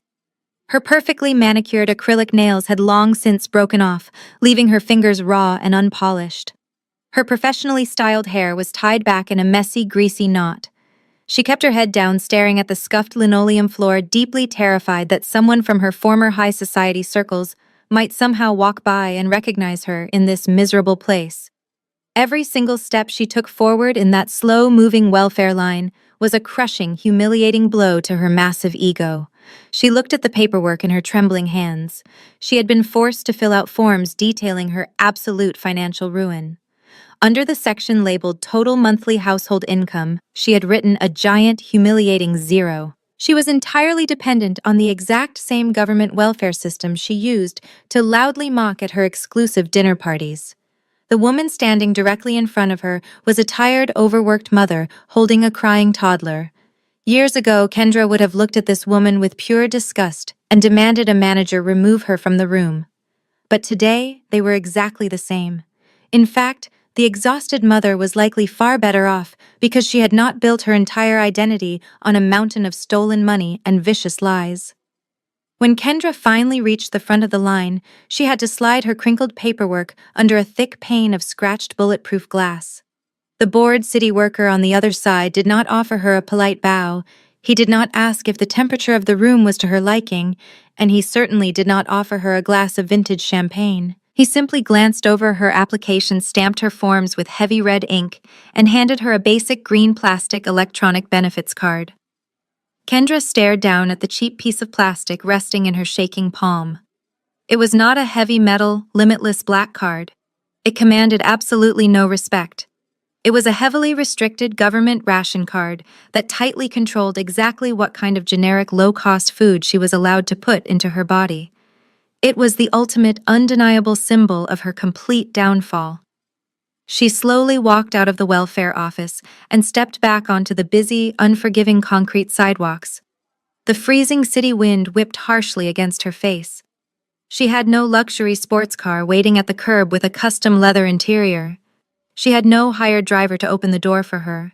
She had to walk 3 miles in the freezing cold back to the tiny, cramped basement apartment she was currently renting by the week in the worst part of the city. She gripped the plastic food stamp card tightly in her coat pocket, completely broken, entirely alone, and permanently exiled to the freezing desert of her own making.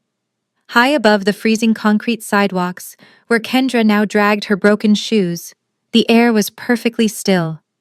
The 80th floor of the Vanguard Financial Headquarters was a sanctuary of absolute, unshakable power. Massive floor-to-ceiling glass panels wrapped around the entire executive suite, offering an unobstructed, breathtaking panoramic view of the Manhattan skyline. Down below, the endless streams of yellow cabs and black luxury vehicles looked like tiny, insignificant mechanical toys crawling through the deep concrete canyons of the city. The chaotic, deafening noise of the streets was completely silenced behind the thick, soundproof glass. I stood quietly by the window watching the afternoon sun cast long golden shadows across the towering skyscrapers. I was no longer wearing the intimidating black haute couture gown from the gala. Today I wore a sharp, impeccably tailored charcoal executive suit. I did not need heavy makeup or flashy designer labels to prove my worth. I held a simple crystal glass of sparkling water, feeling the cool condensation against my fingertips. 8 years of intense burning focus had finally culminated in this exact moment of pure, uninterrupted tranquility. The heavy, suffocating weight I had carried in my chest since that horrifying night in the Nevada desert was entirely gone. It had been completely replaced by a profound sense of peace. The soft, steady rhythm of leather shoes stepping across the polished mahogany floor broke my silent reflection. Donovan walked across the massive office and came to a stop right beside me. He did not speak immediately.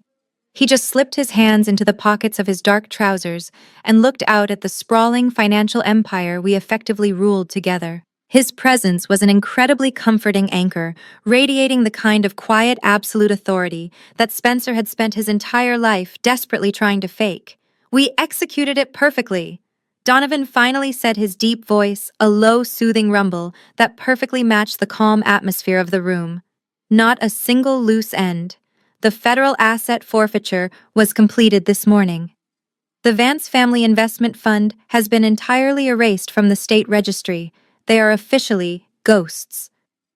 I took a slow sip of my water and nodded. We did not need to lower ourselves to their pathetic level to achieve this victory. There were no trashy public screaming matches. There were no violent physical altercations, and there were absolutely no crude emotional insults exchanged in the mud. Spencer, Trent, and Kendra operated on loud, aggressive arrogance. They genuinely believed that whoever shouted the loudest and wore the most expensive clothes held the most power. But Donovan and I knew the real truth about how the world actually worked. True, devastating power is completely silent. It does not need to boast or beg for attention. Our victory was built on meticulous data, unbreakable patience, and the cold, hard reality of mathematics. We fought a massive war of intellect, and we executed our strategy with the flawless precision of a master surgeon. I had taken my deepest, most agonizing trauma and systematically forged it into an unstoppable weapon. I did not seek petty revenge by slashing tires or ruining a social event.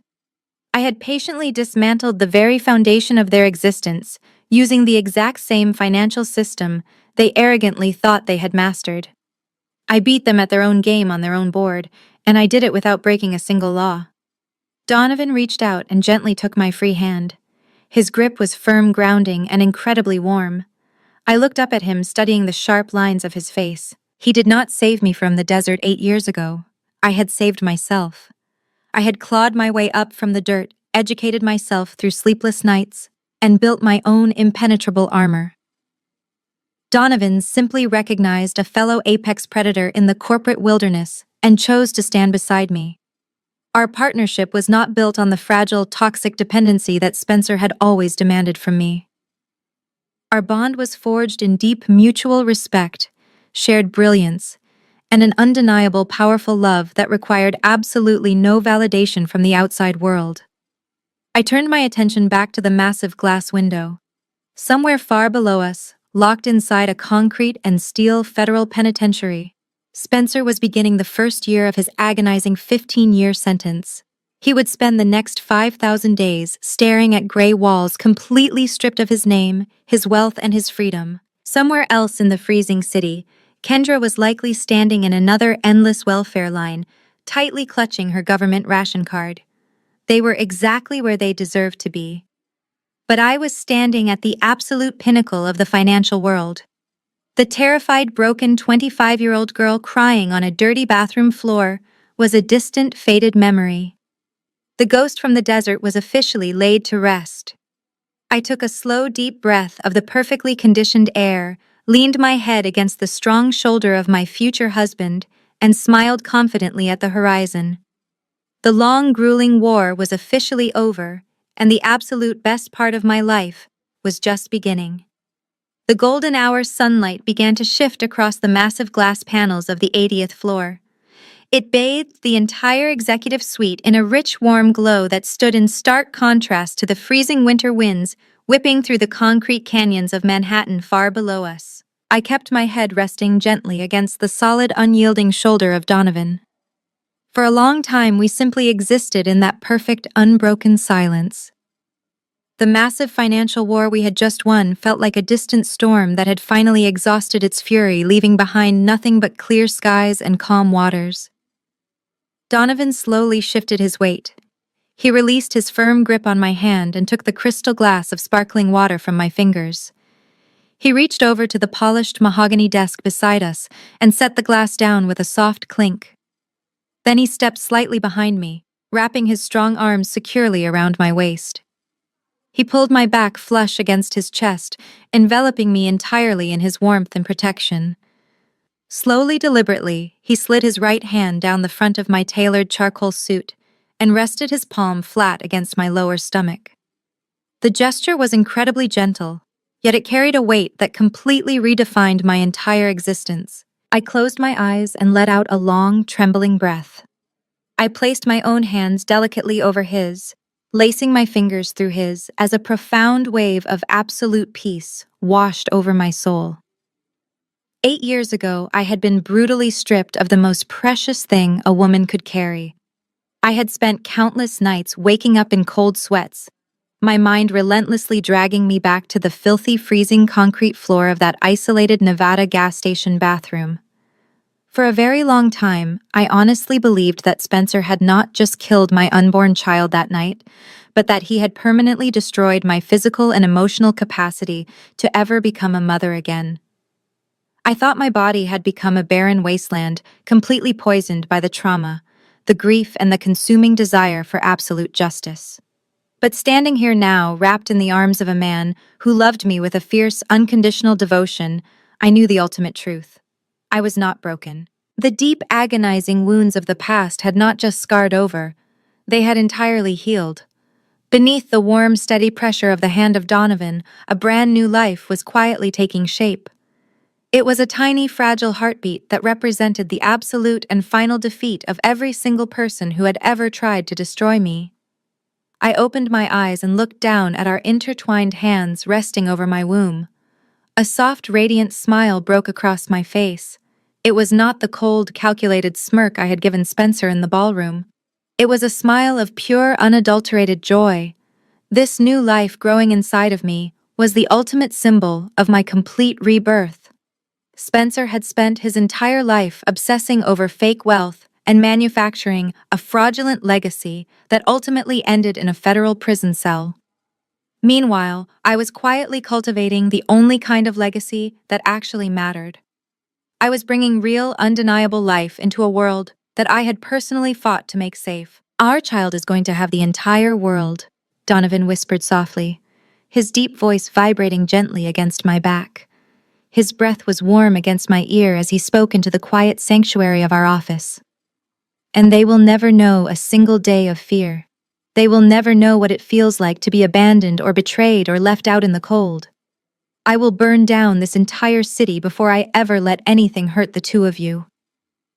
I leaned back against his chest, completely surrendering to the absolute security of his promise.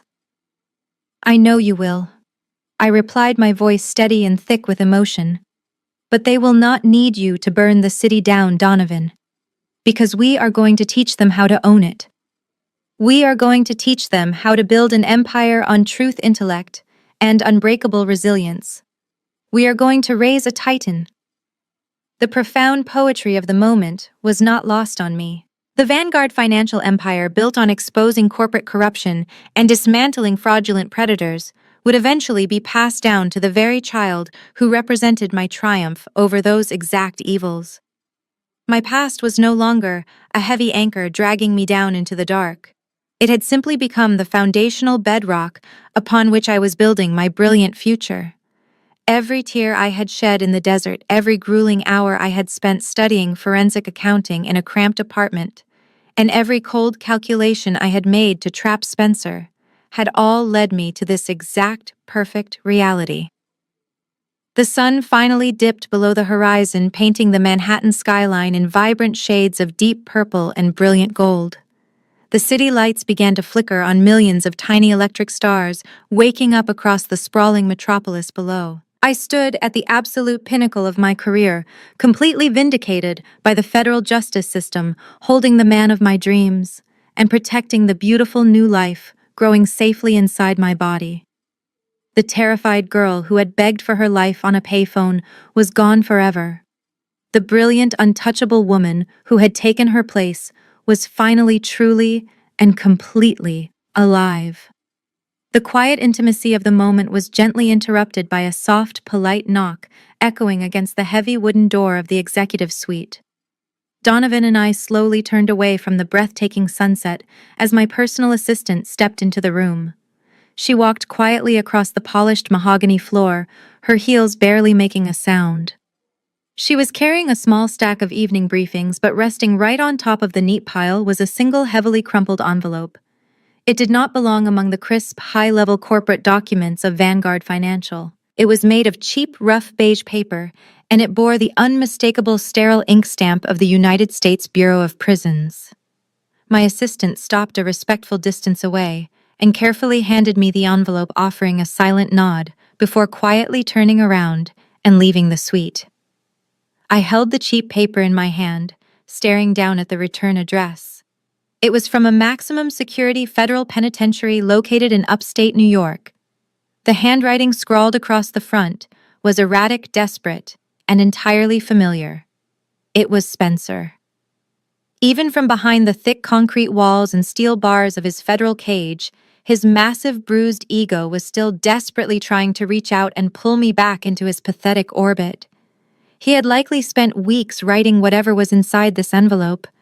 He was probably begging for my forgiveness, demanding an explanation, or pleading for Donovan to somehow use his massive influence to arrange an appeal for his 15-year sentence. Spencer was a man who had spent his entire life manipulating people with his words, and he honestly believed that if he could just get me to read one last letter, he could somehow regain a tiny fraction of his lost control.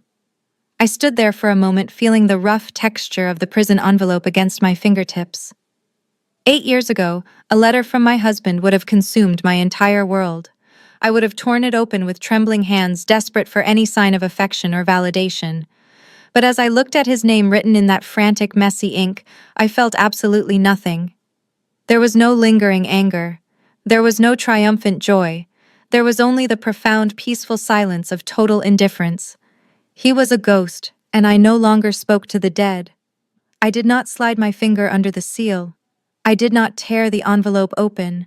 I simply turned around and walked over to the heavy-duty industrial paper shredder sitting quietly next to my polished mahogany desk. Donovan watched me with a soft, knowing smile, his hands resting casually in his pockets. I held the unopened letter directly over the narrow metal slot. I simply let go. The heavy steel blades instantly roared to life. The sharp mechanical whirring sound filled the silent office as the machine violently pulled the beige envelope downward. In less than 2 seconds, the last desperate words of Spencer William Vance were completely pulverized into thousands of tiny, meaningless strips of paper. The machine gave one final satisfied hum before clicking off, returning the executive suite to a state of absolute perfect peace. I turned back to the massive glass window, taking the hand of Donovan one last time as the final rays of the sun disappeared behind the Manhattan skyline, fade to black.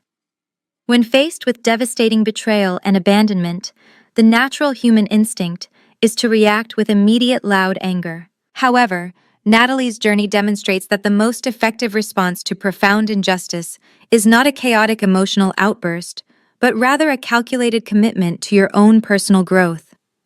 She was left in the freezing desert with absolutely nothing, yet she chose to turn her deepest trauma into the ultimate fuel for her education and career.